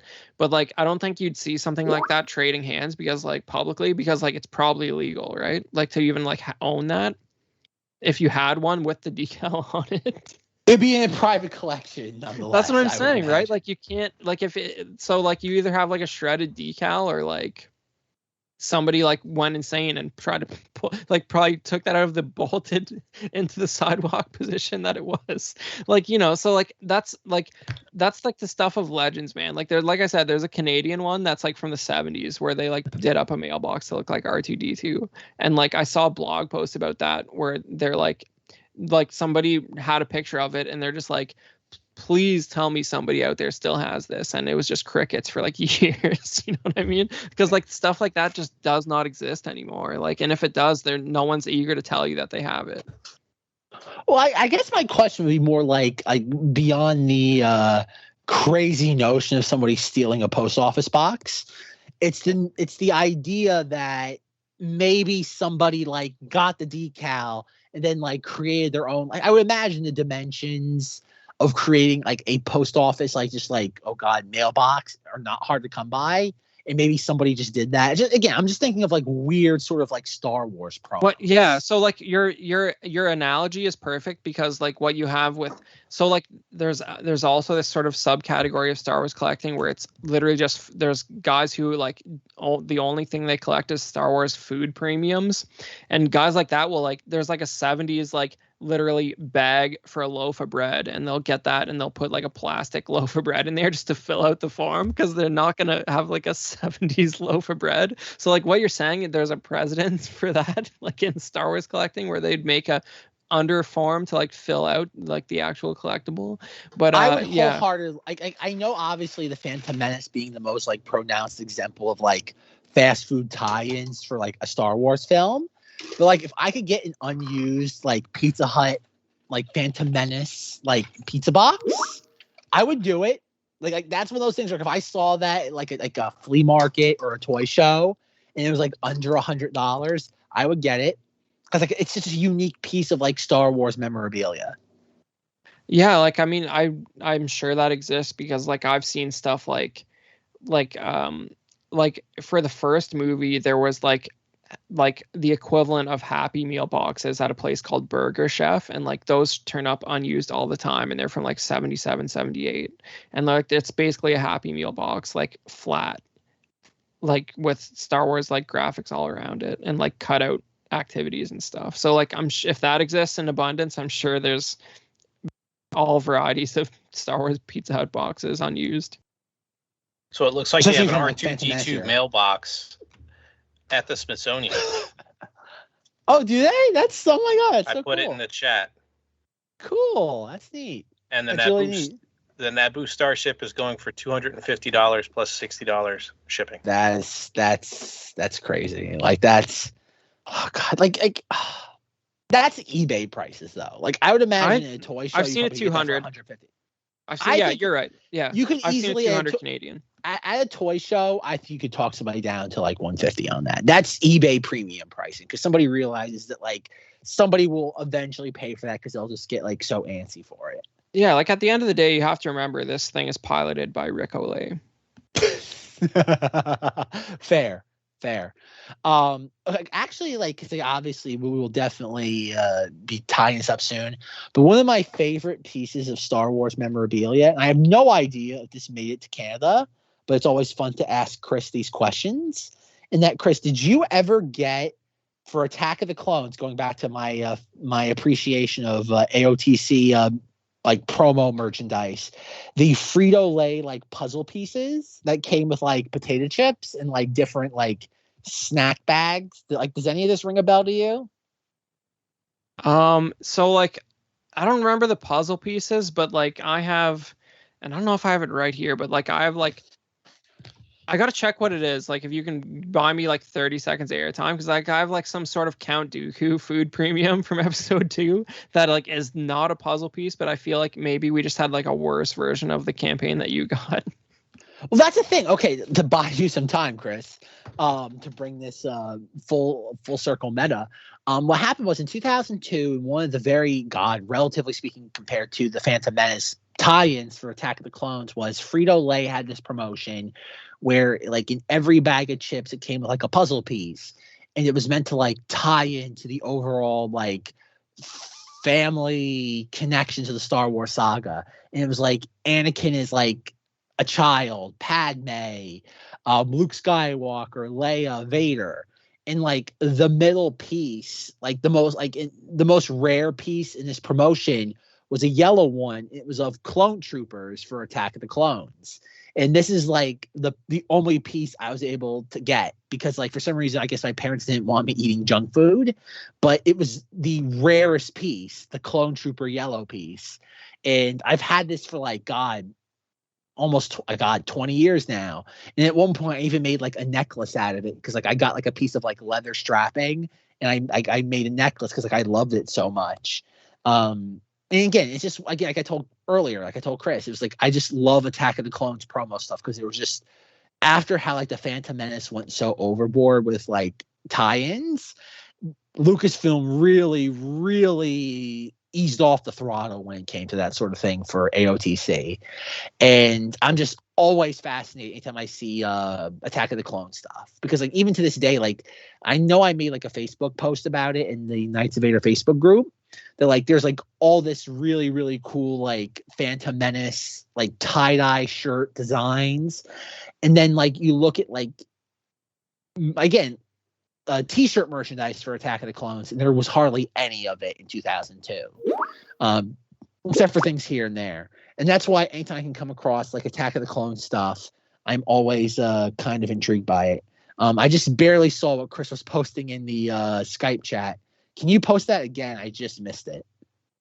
Oh, it's not still there. Well, I looked into the one random episode 2 food premium that I had kicking around, and it is a Count Dooku connector card number 8 from Black Diamond Cheese, which is like what was going on at the time, man. Yeah, so like I don't know if I put it back in there, but yeah, like I'd see, like I never saw those puzzle pieces though, for Okay, sure. I'm looking at it now. Yeah, I do not remember seeing. I remember that promo image of Dooku. yeah, But I do not remember seeing that. Like Yeah, as like- a physical thing. yeah, and you know, I just one of those things that like I chucked in a binder with like a bunch of other trading cards and stuff. But like it's just always funny to see like there was a cheese logo on that picture of Christopher Lee. It's Delightful. yeah, I don't know. It was the episode 2 stuff, like that's like definitely like if like objectively speaking, like the craziest, the most ridiculous craziest stuff happens in that movie. Like it's like if you actually do like a verbal recount of like what technically happens in that movie, it's the craziest Star Wars movie. Like you can't even argue it. I love it. That's why Attack of the Clones, like I will always considering it was like the first Star Wars movie I was actually able to get quote hyped for, because like I never had that chance for the Phantom Menace. Attack of the Clones will always, I think it again, as a diehard Star Wars fan to this day, I still think it's probably one of the weaker Star Wars films, but as a fan of the franchise, I will always appreciate that film on like a level that very few people can. Well, you know, like just like and we'll wrap it up. I know like we're pushing it here a little bit, but like, you know, when you just look at it simply as Christopher Lee is a Sith Lord, creation of a clone army, not Boba Fett having an amazing fight scene. Like even if you don't talk about any of the like sort of like Anakin, Padme, Obi-Wan stuff, like there's so much ridiculousness in that movie that's just like the fact that they were able to sort of put that on screen for even like what Lucas spent at the time is like really impressive stuff. Like, you know, like Camino, rest in peace. Lots of too soon. Yeah, lots of beautiful designs in that movie. Oh, Attack of the Clones. Joe, what's your opinion on Attack of the Clones? Use 3 sentences for if you have to. Not my Star Wars. I think you mean hashtag not my Star Wars. Yeah, that was the version of it during the prequel times before hashtags. Yeah. Yeah.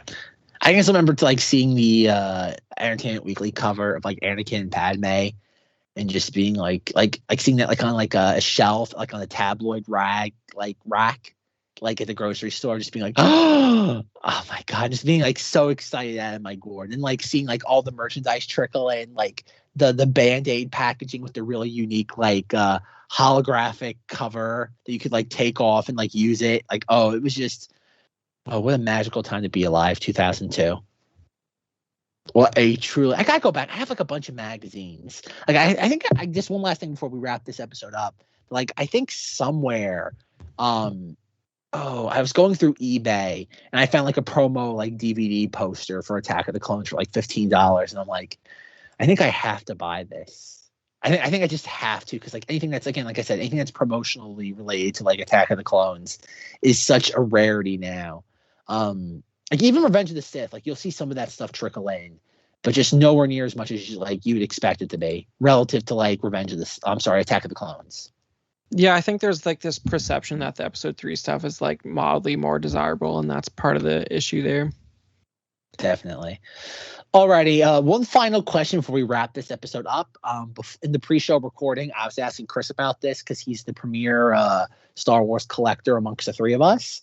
I'm potentially in the market for a hot toy Star Wars figure, and I was asking Chris about the durability of characters that have skin joints on their hot toys figures. And Chris said, no, I'm not going to answer this until we start recording. Chris, would you now be interested in answering this question for me? Yeah, I think if you got them, so like he's looking at the Hot Toys, Kylo Ren from Rise of Skywalker or the Rey. Right. Okay, just the Rey. All right, perfect. So like what I would do if I were you and that I had that money like burning a hole in my wallet, what I would do is I would go on the good old eBay, and I would get myself a Force Awakens Rey Hot Toys because it looks better than the Rise of Skywalker one.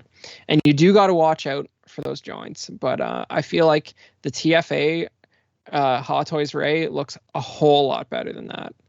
Yeah, so, like, but she doesn't come with Leia's saber, though. Yeah, Leia's saber. Like, has there ever been a more overrated saber in the history of Star Wars? I'm not sure. I am not even going to dignify that with a response. I am not going to devalue that lightsaber's beautiful, ornate quality. I think since we just did this episode, I now have a better idea of what Qui-Gon's saber looks like than Leia's saber. So.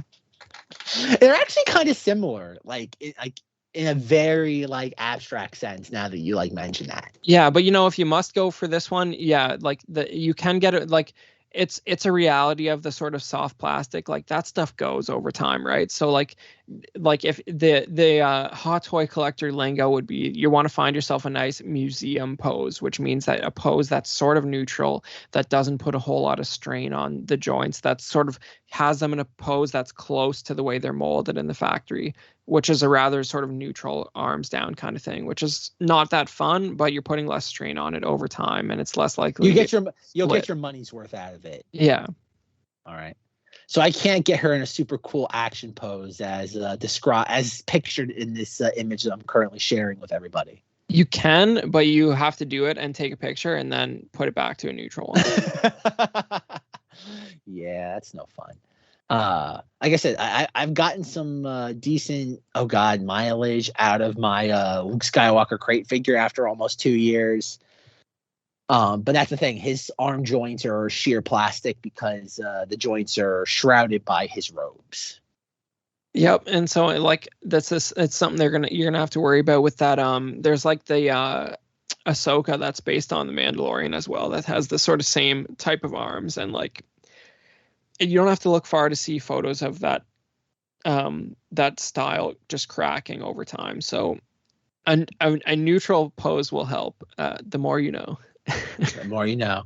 Alrighty, before we wrap this episode up, anything else, gentlemen? Chris, Joe? I'm good. Are you good, Chris? Are you good? I'm having fun. People might be able to tell that. I'm good though. So we can call it, and hopefully the finale of Bad Batch will give us something to have a thought about, and we can sort of recap that sometime soon. We do have a thought, Chris. It's called R.I.P. Camino. Remember Camino, down with the Empire. I was honestly. Well done, Joe. I was honestly a little bit sad. Okay.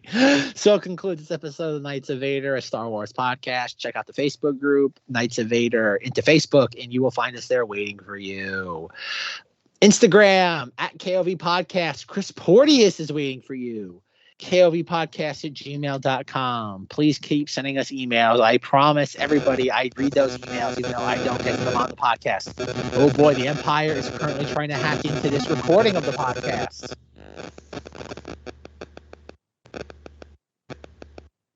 That might have been my mic, actually, now that I think about it. If you like what you hear, please rate, review, subscribe to us on iTunes or whatever podcasting platform you're currently listening to us on.